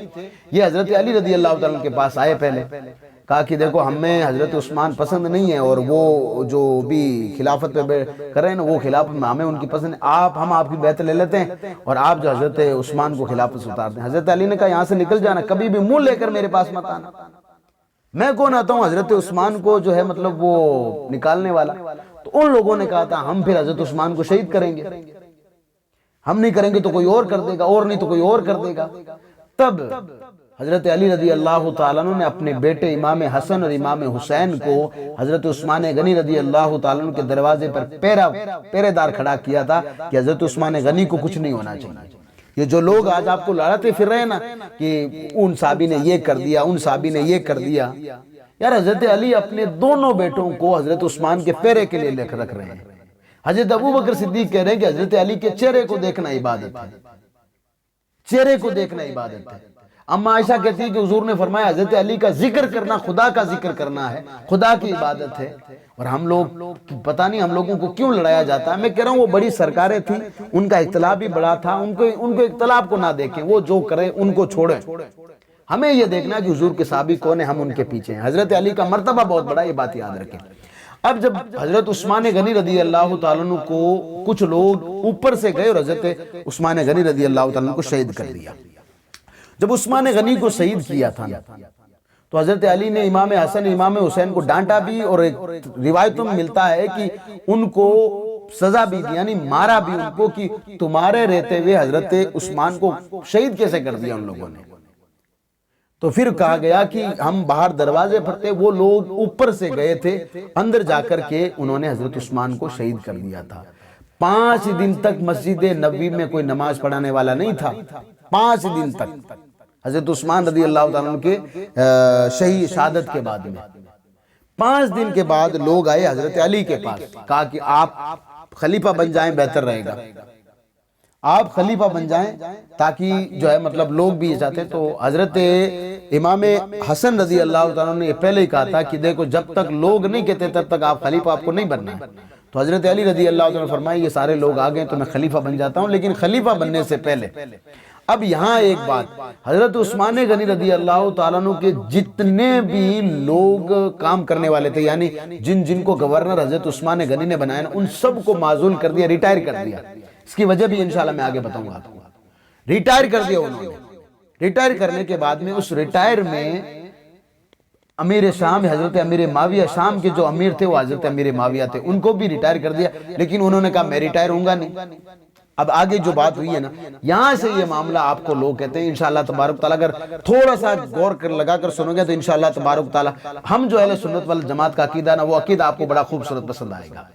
کسی نے حضرت امیر معاویہ کو برا بھلا کہا، کسی نے حضرت علی کے بارے میں کہا، کسی نے امام حسن کے بارے میں کہا، کسی نے کچھ نے کہا. میں آپ کو بتاتا ہوں یہ جو بیچولی لوگ ہیں نا یہ کیسے لوگوں کو لڑواتے ہیں. جب حضرت علی رضی اللہ تعالیٰ عنہ خلافت پر بیٹھے اور انہوں نے جو حضرت عثمان غنی رضی اللہ عنہ کے جتنے بھی گورنر وغیرہ ان کو جو ہے مطلب ڈسچارج کر دیا، یا آپ یوں کہہ لیں کہ ان کو جو ہے مطلب وہاں سے کہا کہ بھئی آپ آ جائیں، معزول ہو جائیں، ہٹ جائیں. حضرت علی نے اپنے لوگ الگ الگ جگہ پر گورنر بھیجے. اب یہاں پر ایک بات سب سے بڑی اونچی بلند ہوئی، وہ بلند یہ ہوئی تھی کہ حضرت عثمان غنی رضی اللہ تعالیٰ کے قاتلین کا بدلہ کون لے گا. اس کی وجہ بھی بھاری یہ تھی کیونکہ حضرت عثمان غنی خلیفہ ہیں، وہ بھی حضور کے داماد ہیں، پھر تیسرے خلیفہ ہیں، اور اسلام کو بہت بڑا نقصان ہوا تھا ان کی وجہ سے. تو اس لیے ہمیں بدلہ چاہیے. جب حضرت امیر معاویہ تک یہ بات پہنچی تو حضرت امیر معاویہ آئے مکہ، یہ مدینہ المنورہ میں، اور مدینہ المنورہ میں آنے کے بعد میں کہا علی ہمیں سب سے پہلے حضرت عثمان غنی رضی اللہ تعالیٰ کو جن لوگوں نے قتل کیا نا ان لوگوں کو ہمیں پکڑنا پڑے گا. تو حضرت علی رضی اللہ تعالیٰ نے فرمایا دیکھو پہلے میں تحقیق کرواؤں گا، اور ظاہر سی بات ہے پہلے تحقیق کی جائے گی کون لوگ ہے کون نہیں ہے. اب ایسے تو کسی کو سزا نہیں دی جا سکتی، لیکن حضرت امیر معاویہ نے کہا ہم سے اتنا انتظار ہوتا نہیں ہے. اب دیکھیے جو حضرت عثمان غنی رضی اللہ عنہ کے جو قاتل تھے نا، جو بلوائی جن کو کہا جاتا ہے، آدھے لوگ حضرت امیر معاویہ کے لشکر میں تھے، آدھے لوگ حضرت علی کے لشکر میں تھے. تو وہ جو ہے نا مطلب ادھر سے ادھر بیلنس بنا کے رکھتے تھے. تو حضرت امیر معاویہ نے کہا میں اپنی جگہ پر گورنر ہوں، اور اگر آپ سے یہ نہیں ہوتا تو آپ مجھے دے دیں، میں جو ہے وہ حضرت عثمان غنی رضی اللہ تعالیٰ کے قاتلوں کو سزا دے کر کے رہوں گا. اب اماں عائشہ صدیقہ رضی اللہ تعالیٰ عنہ گئی تھی حج کے لیے، حج کے لیے گئی ہوئی ہے اماں عائشہ صدیقہ رضی اللہ تعالیٰ. جب اماں عائشہ صدیقہ رضی اللہ تعالیٰ عنہ حج سے واپس آتی ہے تو ان کو رستے میں خبر یہ دی جاتی ہے کہ حضرت عثمان غنی کو شہید کر دیا گیا ہے اور خلیفہ حضرت علی رضی اللہ تعالیٰ عنہ بنے ہیں. اور جب ان سے کہا جاتا ہے کہ حضرت علی رضی اللہ تعالیٰ عنہ سے کہ آپ جو حضرت عثمان غنی کے جو قاتلوں کا بدلہ لیں، تو وہ کہتے ہیں کہ تھوڑا سا وقت چاہیے. اور ظاہر سی بات ہے وقت ضروری ہے بھئی، ہر کسی کو تو قتل نہیں کیا جا سکتا. کس کو اب بھئی شک کی بنیاد پر تو نہیں، تو کم سے کم پکڑیں گے پھر پتہ لگائیں گے پھر ہو سکتا ہے یہ معاملہ. اماں عائشہ صدیقہ رضی اللہ تعالیٰ عنہ لے کر کے لشکر لے کر کے حضرت علی رضی اللہ عنہ کے پاس پہنچی، جس کو جنگ جمل کہا جاتا ہے. یہ وہ جنگ جمل تھی. اب میں آپ کو بتا دوں یہ جنگ جمل ہوئی کیسے. حالانکہ جب حضرت اماں عائشہ صدیقہ رضی اللہ تعالیٰ عنہ ایک اونٹ پر سوار ہو کر کے اپنے سپاہیوں کے ساتھ، اور حضرت علی بھی وہاں پر ہوئے، تو بات یہ ہو گئی تھی کہ ہم بیٹھ کر کے بات کریں گے، اور صلح بھی ہو گئی تھی. صلح بھی ہو گئی تھی اور کہا کہ بھی اب آج رات ہوگی، جیسے صبح سورج نکلے گا ہم لوگ صلح کریں گے اور اس بات پر متفق ہوں گے کہ بھئی جیسے ہی حضرت عثمان غنی رضی اللہ تعالیٰ کے قاتل ہے سب سے پہلے ان کو پکڑا جائے گا۔ اب کیونکہ وہ جو عثمان غنی کے قاتل تھے وہ یہ نہیں چاہتے تھے کہ حضرت علی اور حضرت یہ اما عائشہ صدیقہ رضی اللہ تعالیٰ کے درمیان جو ہے مطلب یہ راضی پا ہو جائے، راضی نامہ ہو جائے، کیونکہ جو بیچ میں لوگ خرابہ کرنے والے تھے وہی تو لوگ اس لشکر میں تھے۔ انہوں نے صبح اٹھتے ہی جو ہے مطلب حضرت یہ ان کا حضرت علی کے لشکر پر حملہ کر دیا، اور ادھر حضرت علی کے لشکر میں جو قاتلین عثمان تھے انہوں نے حضرت عائشہ کے لوگوں پر حملہ کر دیا۔ اس طریقے سے آگ بھڑک اٹھی، جس کی وجہ سے تقریباً 25,000 مسلمان، یہ پہلی جنگ تھی جو ایک مسلمان دوسرے مسلمان پر تلوار لے کر کے کھڑا ہو گیا تھا۔ پہلی جنگ تھی یہ پہلی جنگ۔ اور یہ بات جو میں کر رہا ہوں خلفائے راشدین نام کی کتاب ہے، ان کو آپ پڑھیں۔ علامہ یاسین اختر مصباحی علیہ رحمہ انہوں نے کتاب لکھی ہے سیرت خلفائے راشدین، اس میں انہوں نے کوئی نہ زیادہ نہ کم، انہوں نے ایک دم ٹیم ٹو ٹیم سیرت لکھی ہے۔ پھر جب دیکھا کہ اس طریقے سے تو بات نہیں بن رہی ہے تو حضرت علی رضی اللہ تعالیٰ عنہ نے اپنے ایک آدمی سے کہا کہ اما عائشہ جب تک اس اونٹ پر بیٹھی ہوئی نا تب تک یہ لوگ لڑائی روکیں گے نہیں، تم ایک جا کر کام کرو، اس اونٹ کے پاؤں کاٹ دو۔ جب اما عائشہ نیچے زمین پر گرے گی تو یہ لوگ اما عائشہ کی طرف متوجہ ہوں گے، تب ہم بات رکھیں گے لوگوں کے سامنے۔ تو ایک شخص گیا، وہ حضرت علی رضی اللہ تعالیٰ کی بات ماننے والا تھا، اس نے اما عائشہ جس اونٹ پر بیٹھی تھی اس کا پاؤں کاٹ دیا۔ یہ حضرت علی کا حکم تھا۔ اب حکم کیسے دیا وہ اللہ اس کا رسول بہتر جانے۔ ہم یہ نہیں کہہ رہے کہ حضرت علی رضی اللہ تعالیٰ نے ان کی توہین کر دی، سرکار ایسا نہیں، اما عائشہ نے نہیں کہا تو ہم کیوں کہہ رہے ہیں سرکار؟ یہ تو وہ لوگ کہیں جن کو مطلب اپنی سیاست بنانی، اپنی فوٹو بنانی ہے، جو ہے مطلب اپنی دنیا بنانی ہے۔ ہم تو یہ کہہ رہے ہیں کہ حضرت علی جانے، حضرت اما عائشہ صدیقہ جانے۔ یہ بات یاد رکھیں، وہ بڑے لوگ تھے، بڑے لوگوں کے بیچ میں ہم لوگ نہیں پڑا کرتے۔ بھئی ہمارے گھر میں جب جھگڑا ہوتا ہے، آپ کا پڑوسی آتا تو ہم کے لوگ کیا کہتے ہیں، ہم دونوں بھائیوں کا جھگڑا، آپ کون ہوتے ہو؟ وہ صحابہ ہے بھائی، پھر ہم کون ہوتے ہیں جھگڑا کرنے والے ہیں؟ تو جنگ روک دی گئی، اور پھر حضرت علی گئے تھے اما عائشہ سے ملنے کے لیے، پوچھا بھئی حال کیا ہیں، مزاج کیسے ہیں، آپ کو کوئی تکلیف تو نہیں؟ اما عائشہ نے کہا اللہ کا شکر ہے۔ تو حضرت علی نے فرمایا اے عائشہ اللہ ہم کو معاف کرے۔ تو اما عائشہ نے بھی یہی کہا اللہ ہم کو معاف کرے۔ یعنی ان کو بھی پتا چل گیا تھا کہ ہمارے جو ہے مطلب حضرت علی کو معلوم تھا کہ میرے گروپ میں، اور اما عائشہ کو معلوم تھا میرے گروپ میں کچھ لوگ ہیں جو ہم کو آپس میں لڑانا چاہتے ہیں۔ پھر حضرت علی نے حضرت ابوبکر صدیق رضی اللہ تعالیٰ کے بیٹے ہیں حضرت محمد بن ابو بکر، ان کے ساتھ اما عائشہ صدیقہ رضی اللہ تعالیٰ کو مدینہ المنورہ بھیج دیا۔ ان کی ساتھ کنیزیں تھی، کچھ لشکر تھا، کہا کہ آپ ان کو بحفاظت جو ہے مدینہ المنورہ لے جائیں۔ یہاں سے جانے کے بعد میں اب حضرت علی رضی اللہ تعالیٰ واپس آئے اور حضرت امیر معاویہ رضی اللہ تعالیٰ سے بات کرنی تھی، لیکن حضرت امیر معاویہ ایک ہی بات پر اڑے ہوئے تھے کہ مجھے حضرت عثمان غنی کے قاتلین کو سزا چاہیے، اگر آپ وہ سزا دے دے تو میں آپ کو خلیفہ ماننے کو تیار ہوں۔ بات صرف اتنی تھی۔ تو حضرت علی رضی اللہ تعالیٰ نے کہا، اب انہوں نے کہا پھر لڑنے کو تیار ہو جاؤ۔ تو یہ بھی ایک مارکا ہوا جس کو صفین کہا جاتا ہے۔ یہ بھی وہ مارکا تھا جو ایک مسلمان دوسرے مسلمان پر تلوار لے کر کھڑا تھا، یہ بھی وہی مارکا تھا۔ لیکن کہتے ہیں کہ یہ 3 مہینے تک اس جنگ میں کبھی ادھر بات ہوتی کبھی ادھر بات ہوتی، جنگ ہوئی نہیں تھی۔ لیکن وہ جو بیچ کے بچولیے لوگ تھے نا، وہ لوگ یہی چاہتے تھے کہ جیسے ان کا کوئی حل نکلے تو ہم لوگوں کو لڑائی کرا دینی ہے۔ یہ بیچ کے لوگ تھے۔ میں آپ کو بتا دیتا ہوں، حضرت علی رضی اللہ تعالیٰ عنہ کے لشکر میں بھی کچھ لوگ تھے، حضرت امیر معاویہ کے لشکر میں بھی کچھ لوگ تھے۔ یہ وہی لوگ تھے جنہوں نے حضرت عثمان غنی کو قتل کیا تھا، یہ وہی لوگ تھے جنہوں نے حضرت عمر کو قتل کیا تھا، یہ وہی لوگ تھے، اور یہ وہی لوگ ہیں جنہوں نے آگے حضرت علی کو قتل کرنا تھا، یہ وہی لوگ ہیں جنہوں نے حضرت امام حسن کو قتل کرنا ہے، یہ وہی لوگ آگے جن کو حضرت ان کا کیا نام امیر معاویہ کو قتل کا بھی منصوبہ انہوں نے بنایا تھا۔ میں آگے بتاؤں گا۔ اب 3 مہینے تک جنگ نہیں ہوئی حضرت امیر معاویہ حضرت علی کی، اور یہی بات ہو رہی تھی کہ بھئی کسی طریقے سے بات ہم لوگ بٹھا دیں، نہیں بیٹھے۔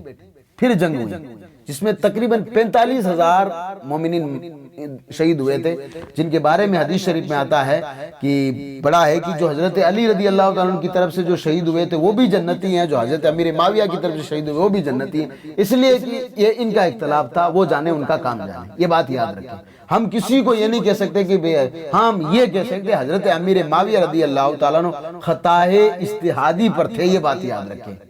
اور حضرت مولا علی حق پر تھے، کیونکہ مولا علی رضی اللہ عنہ کا ایک موقوف تھا نا، موقوف یہی تھا کہ بھئی میں ابھی ہاتھوں ہاتھ خلافت پہ بیٹھا ہوں، کرسی پر بیٹھا ہوں، کسی قاتل کو پکڑنے کے لیے اس کا جرم ثابت ہونا ضروری ہے، ہم پکڑیں گے، جرم ثابت کریں گے، اس کے بعد اس کو سزا دیں گے۔ اب انہوں نے تو بیٹھنے سے پہلے یہ کہہ دیا کہ نہیں، ہمیں تو حضرت امیر معاویہ رضی اللہ تعالیٰ عنہ وغیرہ نے کہہ دیا ہمیں تو ان کا جو چاہیے قاتلین۔ یہ اس طریقے سے ہوا، تو دھیرے دھیرے جب جنگ حضرت امیر معاویہ اور حضرت علی رضی اللہ تعالیٰ عنہ کی فوج کے درمیان جب ہو رہی تھی، تو حضرت امیر معاویہ رضی اللہ تعالیٰ عنہ کی فوج نے قرآن شریف اٹھائی اور کہا کہ یہ قرآن ہم لوگوں کے بیچ میں فیصلہ کرے گا۔ تو وہ بھی لوگ مان گئے، کہا کہ قرآن سے بہتر فیصلہ کرنے والا کون ہے۔ اب جب قرآن کا جب فیصلہ، تو ادھر جب ایک کوئی منصف بنا کر کے بھیجا گیا کہ بھئی حضرت علی کی طرف سے ایک شخص کو بھیجا گیا تھا، جس میں غالباً میرے حساب سے حضرت موسیٰ اشعری رضی اللہ تعالیٰ عنہ، اور حضرت امیر معاویہ کی طرف سے حضرت عمر ابن عاص کو بھیجا گیا تھا۔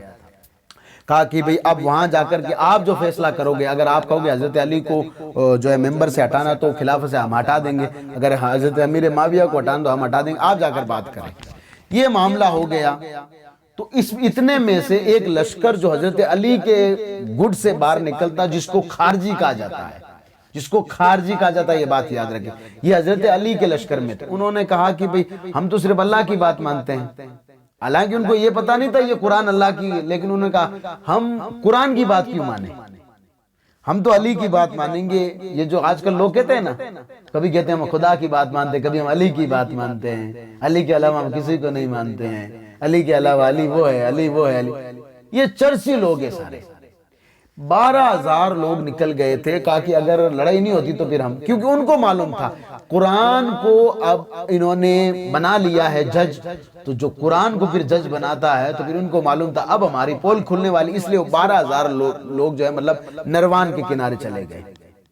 ان کو کہا جاتا ہے خارجی۔ جب حضرت علی رضی اللہ تعالیٰ عنہ ان سے لڑنے گئے تھے، ان خارجیوں سے، اور حضرت علی رضی اللہ تعالیٰ نے خارجیوں کی اینٹ سے اینٹ بجا کے رکھی تھی، یہ خارجی لوگ۔ حضرت علی رضی اللہ تعالیٰ اور حضرت امیر معاویہ کا اختلاف چلتا رہا، حتیٰ کہ یہ جو خارجی جن کو حضرت علی رضی اللہ تعالیٰ نے کھدیڑا تھا، ان خارجیوں میں کچھ لوگ بچے ہوئے تھے، ان میں سے ایک کا نام تھا عبد الرحمن بن ملزم، یا ملزم آپ کچھ بھی کہہ لیں، تھا شیطانی، لعنت ہو اس پر، جس نے حضرت علی رضی اللہ عنہ کے قتل کا منصوبہ بنایا، اور اس کے ساتھ 3 لوگ اور تھے۔ انہوں نے پلان بنایا کہ دیکھو، نہ تو ہم امیر معاویہ کو چاہتے ہیں، نہ ہم حضرت عمر ابن عاص کو چاہتے ہیں جو حضرت معاویہ کی طرف سے تھے اور مصر کے اس وقت وہ گورنر تھے، اور نہ ہم حضرت علی کو چاہتے ہیں، حضرت علی سے تو ہماری دشمنی ہو گئی ہے، اس لیے ہم ایک کام کرتے ہیں، ایک آدمی عمر ابن عاص کو شہید کرے گا، ایک آدمی جو ہے وہ حضرت امیر معاویہ کو شہید کرے گا، ایک آدمی حضرت علی کو شہید کرے گا، اس طریقے سے ایک ساتھ میں ہم تینوں کو شہید کر دیتے ہیں، اس کے بعد میں کسی اور کو خلافت پر بٹھائیں گے۔ یہ منصوبہ کر کے وہ نکلے۔ تو کہتے ہیں کہ مصر میں جو بندہ گیا تھا حضرت عمر بن عاص کو قتل کرنے کے لیے، اس دن حضرت عمر بن عاص کی طبیعت ٹھیک نہیں تھی، یا وہ کسی کہیں باہر گئے ہوئے تھے، اس لیے ان کی جگہ نماز پڑھانے کوئی اور آیا تھا، ان کو شہید کر دیا گیا تھا۔ حضرت امیر معاویہ رضی اللہ تعالیٰ عنہ پر حملہ ہوا تھا، لیکن وہ حملہ اتنا تیز نہیں ہوتا، حضرت امیر معاویہ ہمیشہ احتیاط رکھا کرتے تھے، اپنے ساتھ گارڈ وغیرہ پروٹوکول پورا رکھتے تھے۔ حضرت علی رضی اللہ تعالیٰ عنہ پروٹوکول وغیرہ کچھ نہیں رکھتے تھے، وہ کہتے ہیں جاؤ اللہ کی عبادت کرو، تو وہ جو صحابہ، جو حضور کے صحابہ تھے، حضرت علی سے محبت کرنے والے لوگ تھے نا، تو وہ کیا کرتے تھے کہ حضرت علی سے کہتے ہم آپ کی حفاظت کے لیے کھڑے، تو ان کو وہ کہتے تھے حفاظت کرنے والا اللہ ہے ہماری۔ تو حضرت، کیونکہ دیکھیے جب اللہ تبارک و تعالیٰ نے جو تقدیر میں لکھا نہ ہوگا وہ یہ بات یاد رکھیں۔ تو حضرت علی نے کہا کہ میں آج تک اتنے بڑے بڑے بہادروں سے لڑا ہوں، میرا کوئی کچھ نہیں، اگر موت آئے گی تو پھر تم بھی نہیں بچا سکتے مجھے۔ اب یہ عبد الرحمن بن ملزم جو ہے نا، یہ آ کر کے حضرت علی رضی اللہ تعالیٰ کو صبح فجر کی نماز کے وقت وار کرتا ہے اوپر سر سے، اور وار اتنا شدید کرتا ہے کہ جباڑے تک جا پہنچتا ہے۔ حضرت علی نے جب شور کیا، یعنی ایک دم زور سے آہ بھری، تو سارے لوگ اکٹھا ہوئے، ملزم کو پکڑ لیا گیا، یعنی جو حضرت علی رضی اللہ عنہ کو شہید کرنے والا، اس کو پکڑ لیا گیا۔ اب حضرت علی رضی اللہ تعالیٰ عنہ کی جگہ حضرت امام حسن نے نماز پڑھائی، اور نماز پڑھانے کے بعد حضرت علی رضی اللہ تعالیٰ نے فرمایا دیکھو، اگر میں اس زخم کی وجہ سے وفات پا جاؤں تو ایک ہی جھٹکے میں اس شخص کو مار ڈالنا، اس کو تکلیفیں مت دینا۔ آپ دیکھیں حضرت علی رضی اللہ تعالیٰ عنہ کا کمال، کیونکہ وہ حضور پاک صلی اللہ علیہ وسلم کے پاس رہے ہوئے تھے، ان کی پرورش حضور نے کی تھی۔ کہا کہ تم ایسا مت کرنا کہ اس کا مسلح کر دو، یعنی اس کے ہاتھ پاؤں کاٹ دو، اس کی آنکھیں نکالو، نہیں، ایک ہی چوٹ مارنی جس سے یہ مر جائے، بس اس کو زیادہ تکلیف نہیں دینی ہے۔ 2 دن تک کہتے ہیں کہ یہ 18 تاریخ کو، یہ رمضان کو یہ لگا تھا، اور تقریباً 21 یا 22 دو اختلاف ہے، لیکن 21 تاریخ زیادہ ہے، 21 رمضان کو حضرت علی رضی اللہ تعالیٰ عنہ یہ دنیا چھوڑ کر کے چلے جاتے ہیں۔ 40 ہجری کی بات ہے یہ، 40 ہجری کی۔ حضرت امام حسن رضی اللہ تعالیٰ عنہ، آپ اور باقی ان کو جو حضرت جعفر کے بیٹے ہیں حضرت عبداللہ، وہ ان کو جو ہے مطلب غسل دیتے ہیں، کفن، اور امام حسن ان کی نماز جنازہ پڑھاتے ہیں۔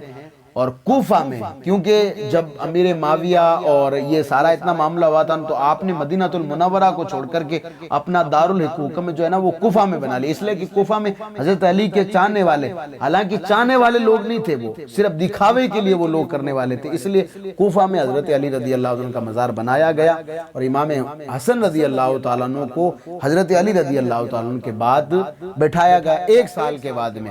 حضرت امیر معاویہ کا معاملہ تو وہی تھا، حضرت امیر معاویہ نے کہا تھا کہ بھئی مجھے تو صرف عثمان غنی کے قاتلین کو سزا چاہیے، تو اس لیے حضرت امام حسن رضی اللہ تعالیٰ عنہ نے کچھ شرطیں رکھ کر کہا کہ بھئی میں جو ہے نا 1 سال وہ رہے تھے، حضرت علی کے بعد 1 سال تک وہ منبر رسول پر رہے، 1 سال کے بعد میں کہا کہ یہ کام کرے، میں یہ عہدہ چھوڑتا ہوں، حضرت امیر معاویہ کو دیتا ہوں۔ چند شرطیں تھی، وہ شرطیں امیر معاویہ نے قبول کر لی، اس کے بعد میں یہ سارا معاملہ ہوا۔ کہنے کا کیا مطلب ہے، حضرت علی رضی اللہ تعالیٰ عنہ نے اپنی پوری زندگی، ایک تو جنگوں میں، حضور کے ساتھ جنگ میں، حضرت ابوبکر صدیق کا دور جنگ میں، حضرت عمر فاروق کا دور جنگ میں، حضرت عثمان غنی کا دور جنگ میں، اور آپ کا خود کا دور تو آپ ہی جانتے ہی ہیں۔ تو یہ ساری چیزیں، اتنا سب کچھ ہونے کے بعد میں اللہ تبارک و تعالیٰ نے آپ کو جو رتبہ دیا نا، رتبہ بہت بڑا ہے۔ آپ چوتھے خلیفہ ہیں۔ اہل سنت والجماعت نے جو ترتیب بنائی وہ یہ کہ پہلے خلیفہ حضرت ابوبکر صدیق ہیں، دوسرے خلیفہ حضرت عمر فاروق ہے، تیسرے خلیفہ حضرت عثمان غنی ہے، چوتھے خلیفہ حضرت مولا علی ہے، اور 5ویں خلیفہ امام حسن رضی اللہ تعالیٰ نے۔ حضور علیہ السلام نے فرمایا میرے بعد میں خلافت جو ہے نا وہ 30 سال رہے گی۔ امام حسن نے جس دن عہدہ چھوڑا تھا اس دن 30 سال ہو گئی تھی، اس کے بعد میں اب خلافت نہیں، اب حکومت آ جاتی ہے۔ تو حضرت امیر معاویہ رضی اللہ تعالیٰ عنہ کی وصال کے بعد میں پھر آگے جو معاملہ ہوا وہ محرم میں انشاءاللہ تبارک تعالیٰ میں نے آپ کے سامنے بیان کیا ہے۔ تو حضرت علی رضی اللہ تعالیٰ عنہ کی جو سیرت ہے نا پوری جب ہم دیکھتے ہیں تو نبی کریم علیہ السلام نے ان کو کہیں اپنا بھائی کہا، کہیں مولا کہا، سب کچھ کہا، اور حضرت ابوبکر صدیق نے ان کے بارے میں کہا کہ جو ان کی چہرے کو دیکھتا اللہ اس کو جو ہے مطلب ثواب دیتا ہے۔ ایک آخری بات، محبت کی بات آپ کی بارگاہ میں عرض کر رہا ہوں۔ سیکھنے کی بات تو یہ کہ حضرت علی سے ہم جتنا سیکھیں اتنا کم ہے، وہ علم کا دروازہ ہے، اللہ سے ان کے وسیلے سے دعا کیا کرو۔ اگر آپ کا ذہن کمزور ہے، میموری کمزور ہے، کچھ چیز یاد نہیں ہوتی ہے تو اللہ کی بارگاہ میں دعا کرو، اللہ تبارک تعالیٰ حضرت علی کا صدقہ، علی کا واسطہ، پروردگار مجھے بھی علم عطا فرما، تو انشاءاللہ اللہ آپ کو علم عطا فرمائے گا، ہے نا؟ تو کوشش کریں۔ ایک مرتبہ کہتے ہیں کہ حضرت ابوبکر صدیق رضی اللہ تعالیٰ عنہ بیٹھے بیٹھے مسکرا رہے ہیں، تو حضرت علی نے حضرت ابوبکر صدیق کو دیکھا تو کہا کہ کیوں مسکرا رہے ہو؟ تو کہا کہ اے علی بہت بہت مبارک۔ کہا کس وجہ سے؟ کہا کہ مبارک یہ کہ اللہ تبارک و تعالیٰ کے محبوب کو میں نے یہ سنا کہ جب کل مومنوں کے لیے اور تماموں کے لیے جہنم پر ایک پل بنایا جائے گا، بریج بنایا جائے گا۔ بریج کے بارے میں میں نے آپ کو بتایا کئی مرتبہ، وہ تلوار سے زیادہ تیز، بال سے زیادہ باریک ہوگی، سب کو اس سے گزرنا ہوگا، مومن ہوگا تو وہ بجلی کی طرح نکل جائے گا۔ تو فرمایا کہ حضرت ابوبکر صدیق کہتے ہیں کہ علی جس کو تم حکم دے دو گے نا وہی اس پل سے پار کرے گا، اور یعنی حکم کا مطلب یہ یعنی جس کی محبت، یعنی حضرت علی کی محبت جس کے دل میں ہوگی نا وہ پل صراط پار کر لے گا۔ تو حضرت ابوبکر صدیق رضی اللہ عنہ نے جب یہ بات کی تو حضرت علی بھی مسکرائے۔ کہا کہ پھر آپ کیوں مسکرا رہے ہیں؟ کہا میں نے بھی حضور علیہ السلام سے بات سنی ہے کہ جس کے دل میں حضرت ابوبکر صدیق رضی اللہ تعالیٰ عنہ کا بغض ہوگا نا وہ کبھی بھی اس پل سے پار نہیں کر نکلے گا۔ اب آپ اندازہ لگائیے جو لوگ بگز پھاڑ رہے ہیں یا کوئی آپ کو لڑوا رہے ہیں، پل آپ کو پار کرنا ہی ان لڑانے والوں کو نہیں کرنا ہے، اس لیے احتیاط برتیں ان لوگوں سے۔ ہمارا جو عقیدہ ہے نا اس عقیدے پر رہو، اللہ کی قسم کھا کر کہہ رہا ہوں، میں نے آپ سے کوئی پیسے نہیں لینے ہیں، میں آپ کو یہ نہیں کہتا ہوں کہ میں آپ سے یہ تقریر کر رہا ہوں میں اس کے پیسے لوں گا، نہیں، لیکن جو لوگ آپ کو یہ کہہ رہے ہیں کہ صحابہ کرام وہ ایسے تھے وہ ایسے تھے ایسے، نہیں سرکار، حضور علیہ السلام کیونکہ حضرت علی، حضرت فاطمہ، امام حسن، امام حسین، یہ وہ لوگ ہیں جن کو اہل البیت کہا جاتا ہے، ان کا مرتبہ بہت بڑا ہے، یہ بات یاد رکھیں بھئی۔ امام حسن، امام حسین وہ ہیں جن کو جنتی جوانوں کا سردار کہا جاتا ہے۔ حضرت فاطمہ جن کی 2 ہجری میں نبی کریم علیہ السلام کی بیٹی ہے، 2 ہجری میں حضرت علی رضی اللہ تعالیٰ عنہ کے ساتھ ان کا نکاح ہوتا ہے۔ یہ وہی حضرت فاطمہ ہے جن کے بارے میں حضور نے فرمایا یہ جنتی عورتوں کی سردار ہے، یعنی جب تک سردار نہیں جائے گا کوئی عورت نہیں جائے گی۔ اب یہ بغض پال کے بیٹھ کے ان کا کیا ہوگا پھر؟ بھئی چاہے ابو بکر صدیق کا بغض پالے یا حضرت علی کا بغض پالے، ان کا کیا ہوگا؟ ہمارا کیا ہے؟ ہمارا مطلب یہ ہے کہ اہل البیت ہو، صحابہ کرام ہو، یہ ان کی محبت سے ہمیں رسول اللہ ملیں گے اور رسول اللہ کی محبت سے ہمیں اللہ ملے گا، یہ بات یاد رکھیں۔ جب یہ ساری چیزیں ہم رکھیں گے تب بات ہوگی۔ آپ کبھی بھی کہیں بھی دیکھیے گا، اگر ایک طرفہ سے اگر کوئی آپ مسئلہ لوگے نا، کبھی کبھار آپ کہیں نہ کہیں پھنس جاؤ گے، یہ بات یاد رکھیں۔ تو اہل سنت والجماعت خاص کر کے جو حضور سیدی سرکار اعلیٰ حضرت نے ہمیں تعلیمات دی ہے، اعلیٰ حضرت کی تعلیمات یہی ہے کہ تمام صحابہ کرام سے محبت کریں، اہل بیت سے دل مطلب ٹوٹ کر کے محبت کریں۔ اہل البیت جو آج سید زادے ہیں، جو نبی کریم علیہ السلام کے گھرانے والے، آج ان سے سید زادوں سے محبت کریں۔ جنہوں نے محبت کی اللہ نے ان کو ولی بنا دیا۔ حضرت جنید بغدادی رضی اللہ تعالیٰ عنہ اپنے زمانے کا بہت بڑا پہلوان تھا، لیکن ایک سید آیا تھا جن کا پاؤں بھی صحیح طریقے سے کام نہیں کر رہا تھا، انہوں نے حضرت جنید بغدادی کو چیلنج دیا تھا کہ میں آپ سے لڑنا چاہتا ہوں۔ ہارون رشید نے کہا تھا یہ کون ہے جو جنید بغدادی سے لڑنا چاہتا ہے؟ یہ جنید بغدادی ہارون رشید کے محل میں اکھاڑے میں لڑا کرتے تھے، اور یہ ہارون رشید کی طرف سے حضرت جنید بغدادی لڑا کرتے تھے۔ جنید پہلوان ان کو کہا جاتا تھا، اور جو بھی رقم اگر کبھی جنید جیت جاتے تھے تو بادشاہ ان پر جو ہے مطلب سکے اچھالا کرتا تھا۔ انہوں نے آ کر چیلنج دے دیا تھا۔ جب مقابلے کا دن آیا تو ان کا ایک پاؤں بھی کام نہیں کر رہا تھا، شکل بڑی چمکدار تھی۔ حضرت جنید بغدادی نے کہا کیوں میرے سامنے بڑے بڑے پہلوان نہیں ٹکے؟ انہوں نے حضرت جنید بغدادی کے کان میں بات کی تھی، میں اللہ کے رسول صلی اللہ علیہ وسلم کے خاندان میں سے ان کا سید زادہ ہوں، ان کا شہزادہ ہوں، میں اپنا شہر میں مجھے لوگوں نے شہر سے نکال دیا ہے۔ اگر آج اگر آپ مجھ سے ہار جاؤ تو مجھے بادشاہ جتنی رقم دے گا نا، میرے گھر والے کھانا کھا لیں گے، کئی دنوں سے میرے گھر میں بچیاں وہ کھانا نہیں کھائی ہے۔ اگر آج آپ ہار گئے تو کل قیامت کے دن میں آپ کو نہیں گرنے دوں گا، نانا جان سے آپ سے کہہ کر آپ کی شفاعت میں کرواؤں گا۔ تو حضرت جنید بغدادی کو معلوم تھا یہ سودا جو ہے نا بڑا سستا سودا ہے، اگر جنید آج گر جائے گا نا لوگ 4 دن باتیں کریں گے، قیامت کے دن جنید کی واہ واہ بلے بلے ہے۔ وہی جنید بغدادی ہے جو اگر پانی پر مسلح بچھا دے تو پانی ایک کنارے سے دوسرے کنارے پر چھوڑ دیتا ہے، یہ حضرت جنید بغدادی پہلوان تھے۔ انہوں نے کہا ٹھیک ہے، جیسے ہی انہوں نے دھکا لگایا حضرت جنید بغدادی سیدھے چیت ہو کر گر پڑے۔ لوگوں میں شور ہوا کہ جنید گرا کیسے؟ آج تک جنید نے بڑے بڑے پہلوانوں کو گرایا ہے، یہ جس کا پاؤں کام نہیں کرا پائی جائے، یہ اس نے کیسے گرا دیا؟ حضرت جنید نے کہا بادشاہ میں ہار گیا ہوں، جو کچھ ہے آپ ان کو دے دیں۔ سید زادے نے کہا اگر آپ کو مجھ پر یقین نہیں ہے تو چلے میں آپ کو بتاتا ہوں، فلاں جنگل میں میری فیملی رہتی ہے۔ حضرت جنید بغدادی نے کہا ہماری گھونٹ میں ہمیں یہ پلایا گیا ہے، جو رسول اللہ کا جو مطلب ہے نا خاندان کا ہوتا ہے نا، پھر ہم وہ اگر کچھ بھی کہتے ہیں نا ہم کبھی شک نہیں کرتے ہیں اس پر۔ اور کتنا بڑا اعزاز دیا اللہ تبارک تعالیٰ نے حضرت جنید بغدادی کو، کتنا بڑا اعزاز دیا، آئے ہائے ہائے ہائے۔ ولیوں میں ایک فہرست میں ان کا نام آتا ہے جنید بغدادی۔ تو جنہوں نے سیدوں کی قدر کی اللہ نے ان کو ولایت دے دی، اور ولایت بھی حضرت جنید بغدادی جیسی۔ تو جتنے بھی سید ہیں نا یہ حضرت علی کی اولاد میں سے، اور جتنے بھی ولی ہیں نا جب تک حضرت علی رضی اللہ تعالیٰ عنہ ان کی ڈگری پر جب تک حضرت علی کی مہر نہیں ہو جاتی تب تک کوئی ولی نہیں بنتا، یہ بات یاد رکھیں۔ ہاں جی، یہ جو جتنے بھی چرسی گنجا پھرنے والے لوگ ہیں نا، علی علی کرتے پھرتے ہیں، نماز کا کوئی مطلب ہی نہیں ہے۔ ان لوگوں سے پوچھا حضرت علی رضی اللہ عنہ کی سیرت کیا ہے؟ یہ لوگ کبھی ادھر سے ادھر ہو جاتے ہیں۔ حضرت علی نے کبھی گانجا پیا تھا، کبھی چرس پی تھی؟ یہ ساری چیزیں ان لوگوں نے خرافات بعد میں کر کے رکھے۔ اب میں آپ کی بارگاہ میں آخری بات رکھ دیتا ہوں۔ آخری بات یہ کہ جو 13 رجب المرجب ہے نا، یہ حضرت علی رضی اللہ تعالیٰ کی یوم ولادت ہے، یہ بات یاد رکھیں، ٹھیک ہے نا؟ آپ گھر میں جو کچھ بنائیں فاتحہ ضرور لگائیں، اور میں تو کہہ رہا ہوں ہر جمعرات کو فاتحہ لگائیں، ہر نماز کے بعد 3 مرتبہ قل ہو اللہ شریف اور 1 مرتبہ الحمد شریف پڑھ کر کے ہمارے جتنے بھی محسنین ہیں جنہوں نے ہم پر احسان کیا، چاہے وہ ہمارے بڑے ہمارے بزرگ ہیں یا ہمارے اولیاء اللہ ہیں، ہمارے استاذ ہیں، تمام کی بارگاہ میں خراج عقیدت پیش کریں۔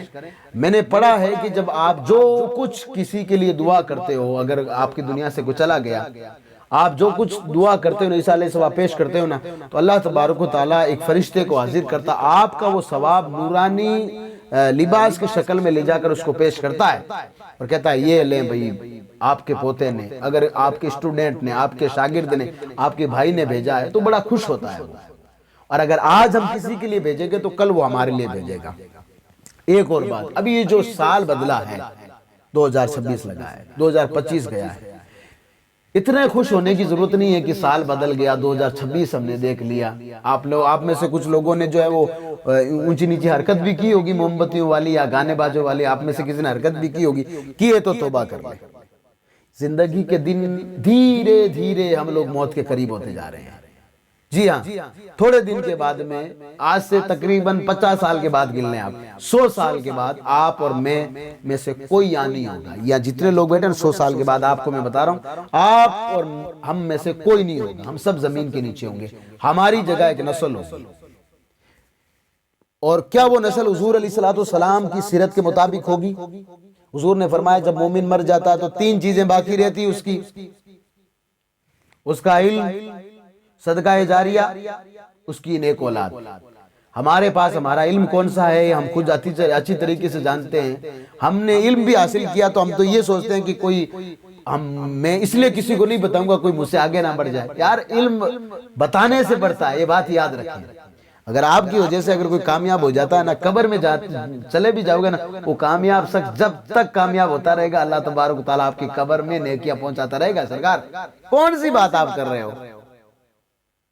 اولاد، اب یہ اولاد کیا ہے؟ نیک اولاد، وہ اولاد جو قرآن پڑھنا جانتی ہو، وہ اولاد جو نماز پڑھتی ہو، وہ اولاد جو گالی گلوچ نہیں کرتی، وہ اولاد جو دوسرے سے لڑتی پھرتی نہ ہو، اس اولاد جو چاچا کا ادب کرتی ہو، والد کا ادب کرتی ہو، دادا کا ادب کرتی ہو، امی کی ادب کرتی ہو، اس اولاد کے بارے میں کہا گیا اگر وہ دعا کرے گی تو اللہ آپ پر رحم کرے گا۔ اب آپ بتائیے ان تینوں چیزوں میں ہمارے پاس ہے کیا؟ ہمارا علم ہے ہی نہیں، ہمارے پاس علم تو وضو بنانا نہیں آتا ہے۔ علم ابھی آئے گا ماہ رمضان میں آگے، مولانا صاحب کاش دیکھنا روزت کون ٹوٹے نا۔ میں باقاعدہ کئی مرتبہ میں نے آپ کو مسئلہ یہ بتایا ہے، لیکن پھر بھی جیسے پہلے روزہ رکھا، مولانا صاحب میں نے آج کاش دیکھ لیا یار۔ اور کچھ لوگ تو یہ کہتے ہیں کہ روزہ رکھ کر کے خوب کام کرو، کیوں بھائی؟ اور اگر کچھ لوگ کہتے ہیں کہ کام نہیں کرو گے تو پھر کیسے پتہ چلے گا آپ نے روزہ رکھا؟ اور کچھ لوگ کہتے ہیں روزہ رکھنے کے بعد کام بالکل نہیں کرنا چاہیے، روزے کو تکلیف ہوتی ہے۔ ابے روزے کو تکلیف تو اپنی تکلیف کو روزے کی تکلیف کیوں بتا رہا ہے یار؟